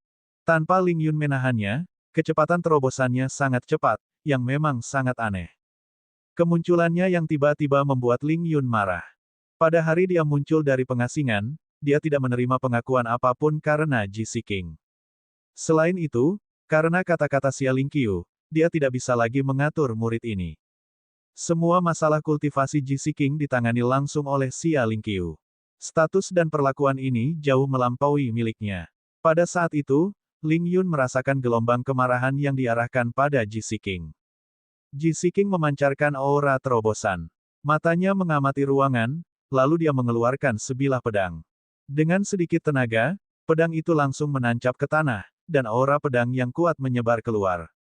Xia Lingqiu, mari kita hentikan masalah ini di sini. Jika kau benar-benar ingin Ling Yun melawan Ye Chen, tidak perlu trik seperti itu. Tidak bisakah mereka bertarung dengan adil? Ekspresi Xia Ruoxue dan Ling Yun berubah karena terkejut setelah mendengar ini. Mereka tidak pernah mengantisipasi bahwa Ji Siking akan memanggil kepala istana dengan namanya. Yang lebih penting, mengapa Ji Siking memancarkan energi yang aneh seperti itu? Matanya dipenuhi dengan tekad dan kesombongan. Ji Siking, mengapa kau tidak fokus pada kultivasimu? Apa yang membawamu ke sini? Xia Lingqiu tertawa. Apakah kau benar-benar percaya bahwa kau dapat ikut campur dalam masalah hanya karena kau memiliki sedikit bakat? Jika bukan karena nilai dirimu yang tersisa, kau mungkin sudah menemui ajalmu. Setelah dia berbicara, tubuh Xia Lingqiu memancarkan aura dingin. Tekanan yang luar biasa menyelimuti Ji Siking yang tampaknya memaksa Ji Siking untuk berlutut. Namun, sebuah rune kuno berkedip di antara alis Ji Siking, langsung menghilangkan tekanan itu. Mata Xia Lingqiu membelalak karena terkejut. Dia menyadari bahwa Ji Siking tampaknya telah kehilangan kendali atas dirinya sendiri. Dengan bakat dan garis keturunan seperti itu, mungkinkah Ji Siking berpotensi menjadi reinkarnator legendaris? Atau apakah dia dirasuki? Ekspresi Xia Lingqiu berubah serius. Namun, ketika dia mengingat segel yang ditempatkan pada Xia Ruoxue dan Ji Siking, dia merasa lega. Terlepas dari latar belakang Ji Siking, dia akhirnya akan melayani kepentingannya. Sebenarnya, semakin kuat Ji Siking, semakin dia akan mampu melampaui keterbatasannya saat ini ketika dia sepenuhnya memanfaatkan masa muda dan tubuh Ji Siking. Dia kemudian akan melangkah ke kerajaan surgawi dan muncul sebagai bakat top yang benar-benar luar biasa. Ini adalah ambisi Xia Lingqiu.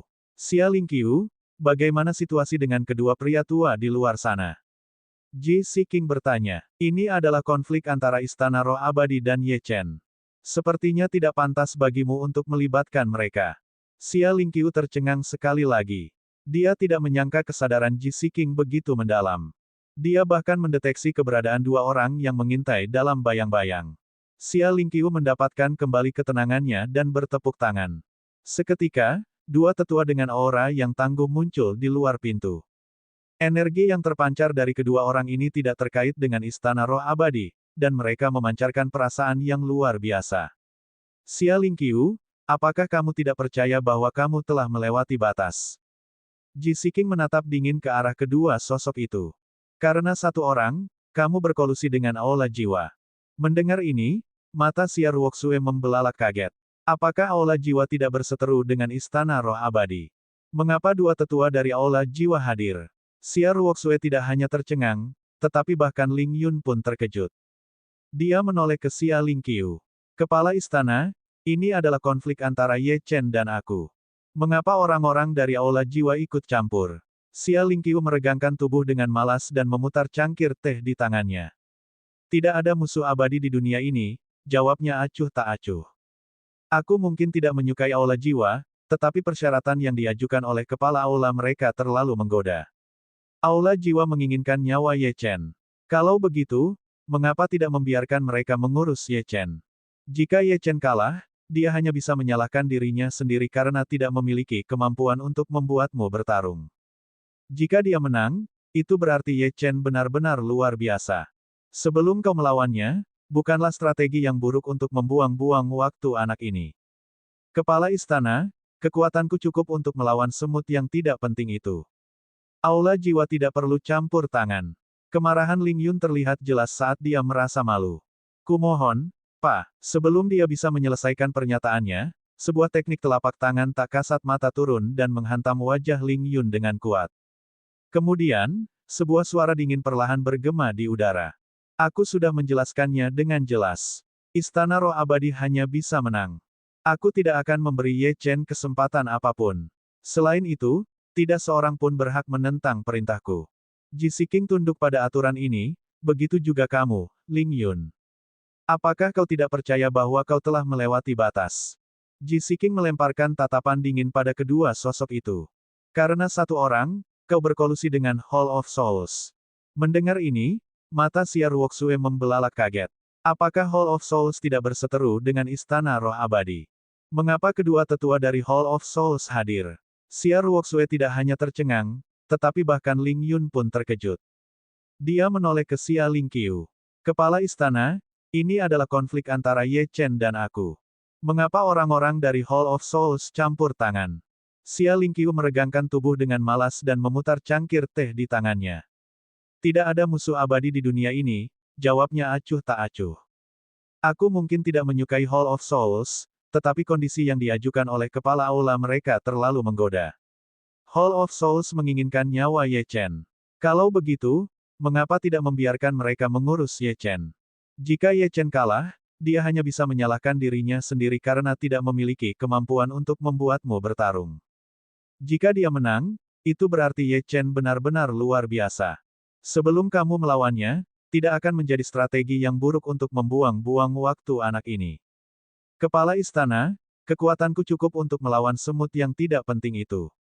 Tidak perlu bagi aula jiwa untuk campur tangan. Kemarahan Ling Yun terlihat jelas saat dia merasa malu.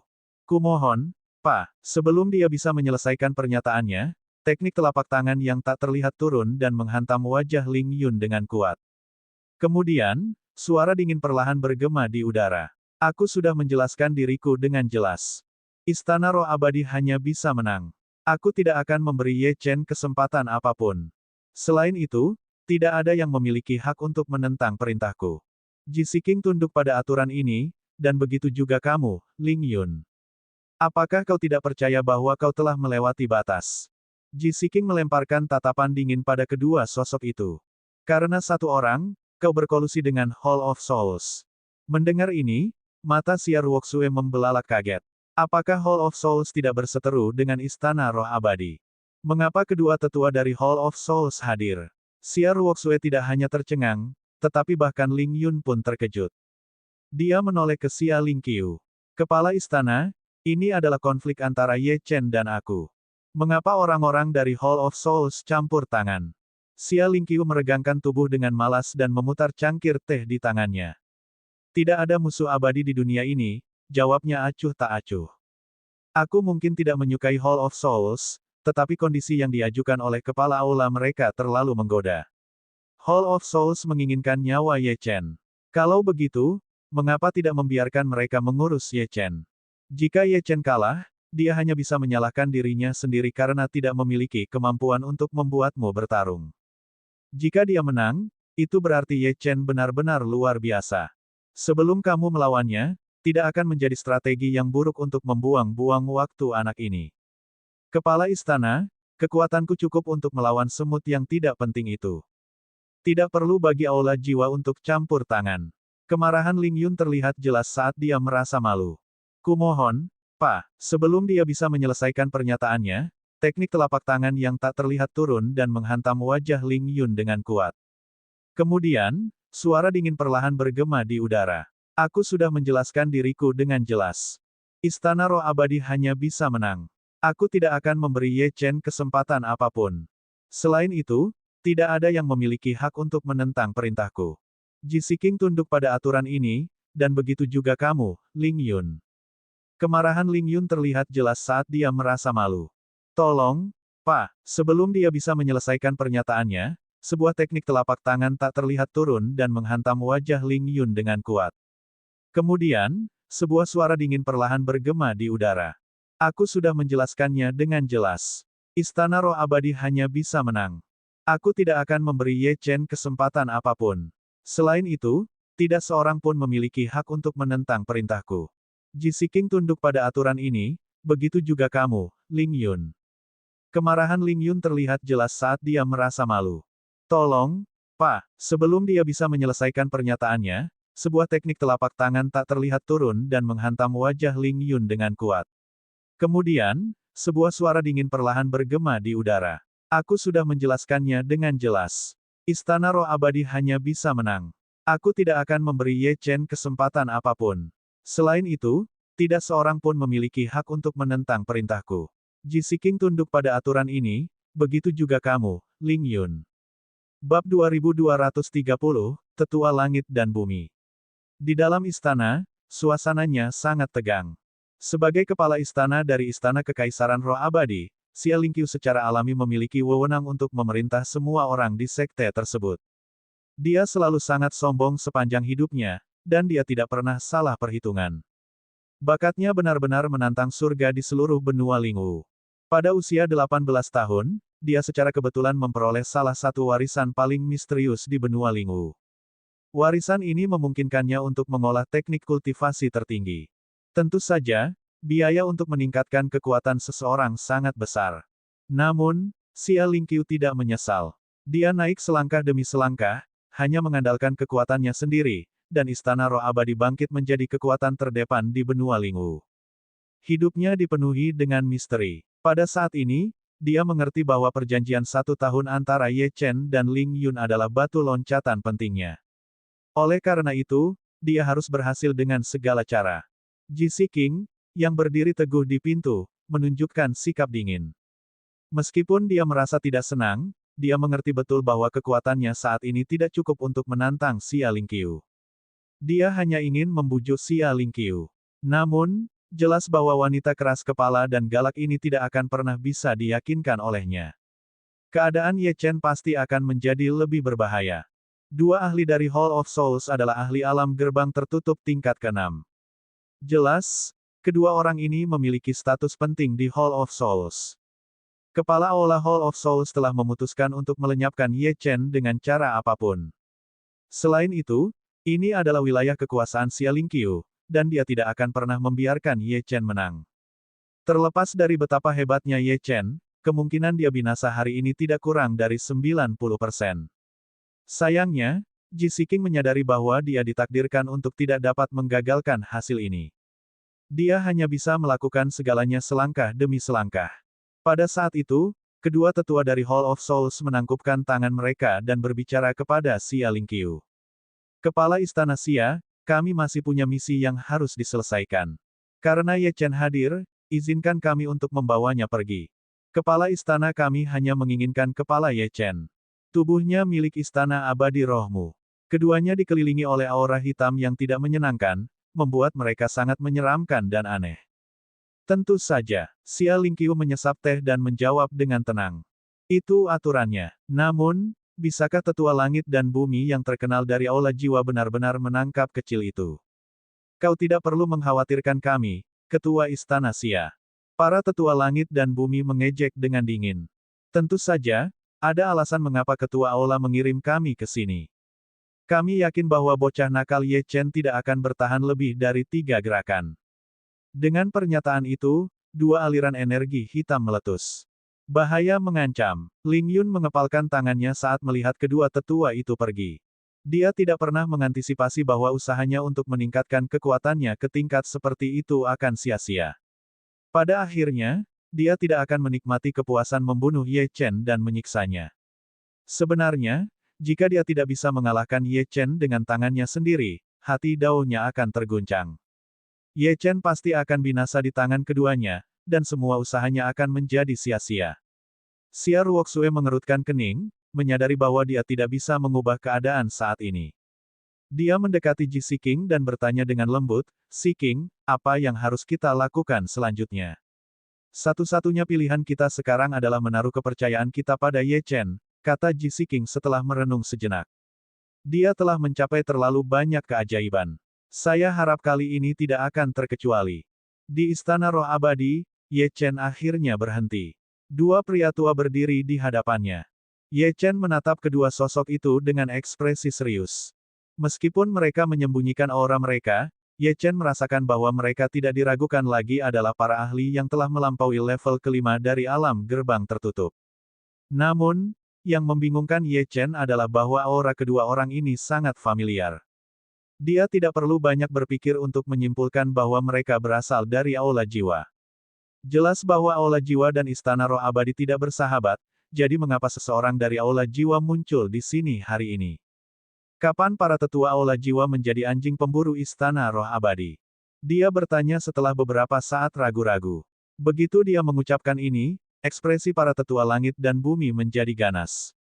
Bocah kecil, keberadaanmu telah membahayakan rencana aula jiwa. Kepala aula telah memutuskan bahwa kamu tidak boleh bertahan hidup lebih lama dari hari ini. Aku sarankan kamu merenungkan kesulitanmu. Para tetua langit dan bumi dari aula jiwa telah menjadi saudara kembar sejak masa muda mereka. Keduanya memiliki hubungan yang mendalam dan menggunakan strategi serangan yang tersinkronisasi. Bersama-sama, mereka bahkan dapat melawan ahli alam gerbang tertutup tingkat ke-7. Hari ini, merupakan kehormatan bagi Anda untuk menemui ajal di tangan kami. Keduanya adalah ahli alam gerbang tertutup tingkat ke-6. Keterlibatan pribadi mereka dalam pertempuran tampak agak mencurigakan, mengingat kedua ahli alam gerbang tertutup ini terlibat dengan ahli alam aperture bintang tahap awal. Kalian berdua terlalu banyak bicara omong kosong. Begitu Ye Chen mengakhiri pernyataannya, dia mencengkeram pedang binatang busuk dengan erat dan menyerang ke depan. Yang berani akan menang. Memanfaatkan kekuatan tanah, dia menekuk kakinya sedikit dan melayang ke langit. Begitu dia naik ke langit, dia mengacungkan pedang binatang busuk. Angin dan awan bergeser secara dramatis saat pedang itu menyerang. Energi iblis hitam terjalin dengan energi pedang, menyerupai hantu ganas yang melolong di telinga mereka. Ekspresi tetua langit dan bumi tetap tidak berubah, dan bahkan ada sedikit cemoohan di mata mereka. Meskipun kekuatan serangan pedang Ye Chen patut dipuji, itu masih belum cukup untuk mengalahkan mereka. Para murid Istana Roh Abadi yang mengamati pertempuran dari kejauhan dipenuhi dengan kegembiraan. Meskipun tetua langit dan bumi tidak berafiliasi dengan Istana Roh Abadi, aura mereka yang mengesankan menunjukkan bahwa mereka pasti akan mengalahkan Ye Chen. Jika mereka berdua bergabung, Ye Chen pasti tidak akan selamat. Energi pedang meluas dengan liar saat sosok Ye Chen menerjang ke depan. Tetua langit dan bumi berbagi ikatan telepati. Mereka dapat memahami pikiran satu sama lain hanya dengan bertukar pandang. Tiba-tiba, mereka berdua menyerang ke depan, menyerang dari depan dan belakang, berniat memberikan pukulan mematikan. Jika mereka gagal melenyapkan Ye Chen dalam satu serangan, mereka akan kehilangan reputasi. Di belakang Ye Chen, tetua langit dan bumi melakukan serangan penjepit. Energi yang mengerikan melonjak keluar dari telapak tangan mereka dengan sembrono. Mereka menyatukan energi ini menjadi bayangan pedang dan pedang, yang melesat ke arah tubuh Ye Chen. Satu pedang dan satu pedang berputar cepat, menyatu menjadi kekuatan yang berusaha untuk sepenuhnya menekan Ye Chen. Pedang pembelah langit. Esensi pedang yang ganas meletus dari pedang binatang busuk yang dimiliki Ye Chen.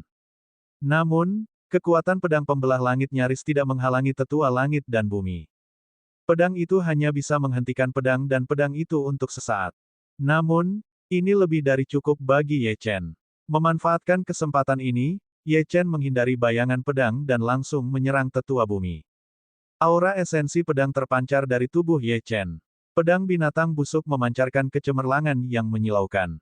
Esensi pedang abadinya melonjak keluar. Tetua langit dan bumi berbagi pemahaman diam-diam, jadi Ye Chen harus melenyapkan salah satu dari mereka secepat mungkin untuk memiliki harapan kemenangan. Mengenai hantu pedang yang datang dari belakangnya, Ye Chen mengabaikan pentingnya hal itu. Tidak peduli berapapun biayanya, dia harus melukai tetua bumi. Hanya dengan menciptakan titik terobosan, Ye Chen dapat mengambil inisiatif dan menciptakan peluang dari celah ini. Sinar pedang yang menusuk menyebabkan ruang bergetar. Para murid Istana Roh Abadi, yang berada di kejauhan, merasakan esensi pedang yang luar biasa, membuat mereka lumpuh karena ketakutan. Aura mereka yang kuat menunjukkan bahwa mereka pasti akan mengalahkan Ye Chen. Jika mereka berdua bergabung, Ye Chen pasti tidak akan selamat. Energi pedang meluas dengan liar saat sosok Ye Chen menerjang ke depan. Para tetua langit dan bumi berbagi ikatan telepati. Mereka bisa saling memahami pikiran satu sama lain hanya dengan bertukar pandang. Tiba-tiba, mereka berdua menyerbu ke depan, menyerang dari depan dan belakang, berniat memberikan pukulan mematikan. Jika mereka gagal melenyapkan Ye Chen dalam satu serangan, mereka akan kehilangan reputasi. Di belakang Ye Chen, para tetua langit dan bumi melancarkan serangan penjepit. Energi yang mengerikan melonjak keluar dari telapak tangan mereka dengan sembrono. Mereka menyatukan energi ini menjadi bayangan pedang dan pedang, yang melesat ke arah tubuh Ye Chen. Satu pedang dan satu pedang berputar cepat, menyatu menjadi kekuatan yang berusaha untuk sepenuhnya menekan Ye Chen. Pedang pembelah langit. Esensi pedang yang ganas meletus dari pedang binatang busuk yang dimiliki Ye Chen. Namun, kekuatan pedang pembelah langit nyaris tak menghalangi tetua langit dan bumi. Pedang itu hanya bisa menghentikan pedang dan golok itu untuk sesaat. Namun, ini lebih dari cukup bagi Ye Chen. Memanfaatkan kesempatan ini, Ye Chen menghindari bayangan pedang dan langsung menyerang tetua bumi. Aura esensi pedang terpancar dari tubuh Ye Chen. Pedang binatang busuk memancarkan cahaya yang menyilaukan. Esensi pedang abadi miliknya melonjak keluar. Tetua langit dan bumi memiliki pemahaman diam-diam, jadi Ye Chen harus melenyapkan salah satu dari mereka secepat mungkin agar memiliki harapan untuk menang. Mengenai hantu pedang yang datang dari belakangnya, Ye Chen mengabaikan signifikansinya. Tidak peduli berapapun biayanya, dia harus melukai tetua bumi. Hanya dengan menciptakan titik terobosan, Ye Chen dapat mengambil inisiatif dan menciptakan peluang dari celah ini. Sinar pedang yang menusuk menyebabkan ruang bergetar. Para pengikut Istana Roh Abadi, yang berada di kejauhan, merasakan esensi pedang yang luar biasa, membuat mereka lumpuh karena ketakutan. Aura mereka yang kuat menunjukkan bahwa mereka pasti akan mengalahkan Ye Chen. Jika mereka berdua bergabung, Ye Chen pasti tidak akan selamat. Energi pedang meluas dengan liar saat sosok Ye Chen menerjang ke depan. Para tetua langit dan bumi berbagi ikatan telepati. Mereka bisa saling memahami pikiran satu sama lain hanya dengan bertukar pandang. Tiba-tiba, mereka berdua menyerbu ke depan, menyerang dari depan dan belakang, berniat memberikan pukulan mematikan. Jika mereka gagal melenyapkan Ye Chen dalam satu serangan, mereka akan kehilangan reputasi. Di belakang Ye Chen, para tetua langit dan bumi melancarkan serangan penjepit. Energi yang mengerikan melonjak keluar dari telapak tangan mereka dengan sembrono. Mereka menyatukan energi ini menjadi bayangan pedang dan pedang, yang melesat ke arah tubuh Ye Chen. Satu pedang dan satu pedang berputar cepat, menyatu menjadi kekuatan yang berusaha untuk sepenuhnya menekan Ye Chen. Pedang pembelah langit. Esensi pedang yang ganas meletus dari pedang binatang busuk yang dimiliki Ye Chen.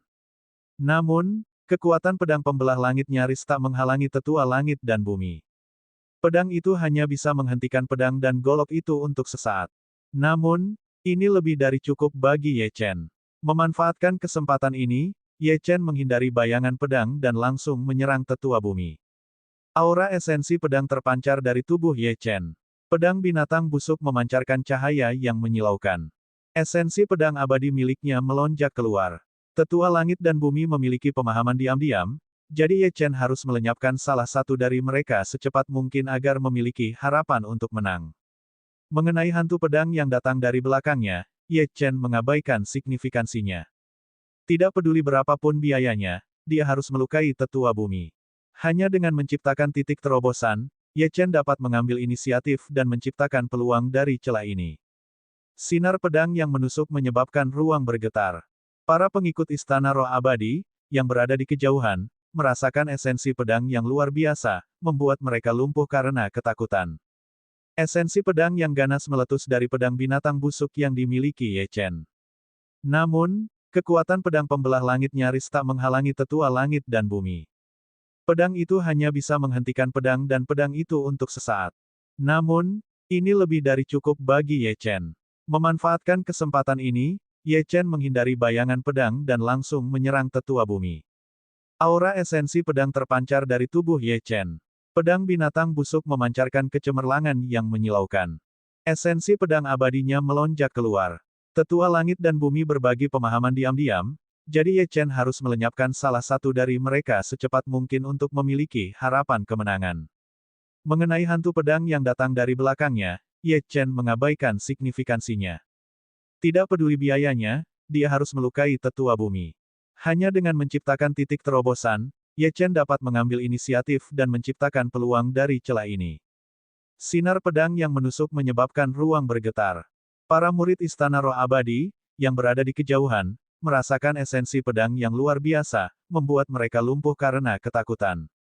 Esensi pedang yang ganas meletus dari pedang binatang busuk yang dimiliki Ye Chen. Namun, kekuatan pedang pembelah langit nyaris tak menghalangi tetua langit dan bumi. Pedang itu hanya bisa menghentikan pedang dan pedang itu untuk sesaat. Namun, ini lebih dari cukup bagi Ye Chen. Memanfaatkan kesempatan ini, Ye Chen menghindari bayangan pedang dan langsung menyerang tetua bumi. Aura esensi pedang terpancar dari tubuh Ye Chen. Pedang binatang busuk memancarkan kecemerlangan yang menyilaukan. Esensi pedang abadinya melonjak keluar. Tetua langit dan bumi berbagi pemahaman diam-diam, jadi Ye Chen harus melenyapkan salah satu dari mereka secepat mungkin untuk memiliki harapan kemenangan. Mengenai hantu pedang yang datang dari belakangnya, Ye Chen mengabaikan signifikansinya. Tidak peduli biayanya, dia harus melukai tetua bumi. Hanya dengan menciptakan titik terobosan, Ye Chen dapat mengambil inisiatif dan menciptakan peluang dari celah ini. Sinar pedang yang menusuk menyebabkan ruang bergetar. Para murid Istana Roh Abadi, yang berada di kejauhan, merasakan esensi pedang yang luar biasa, membuat mereka lumpuh karena ketakutan.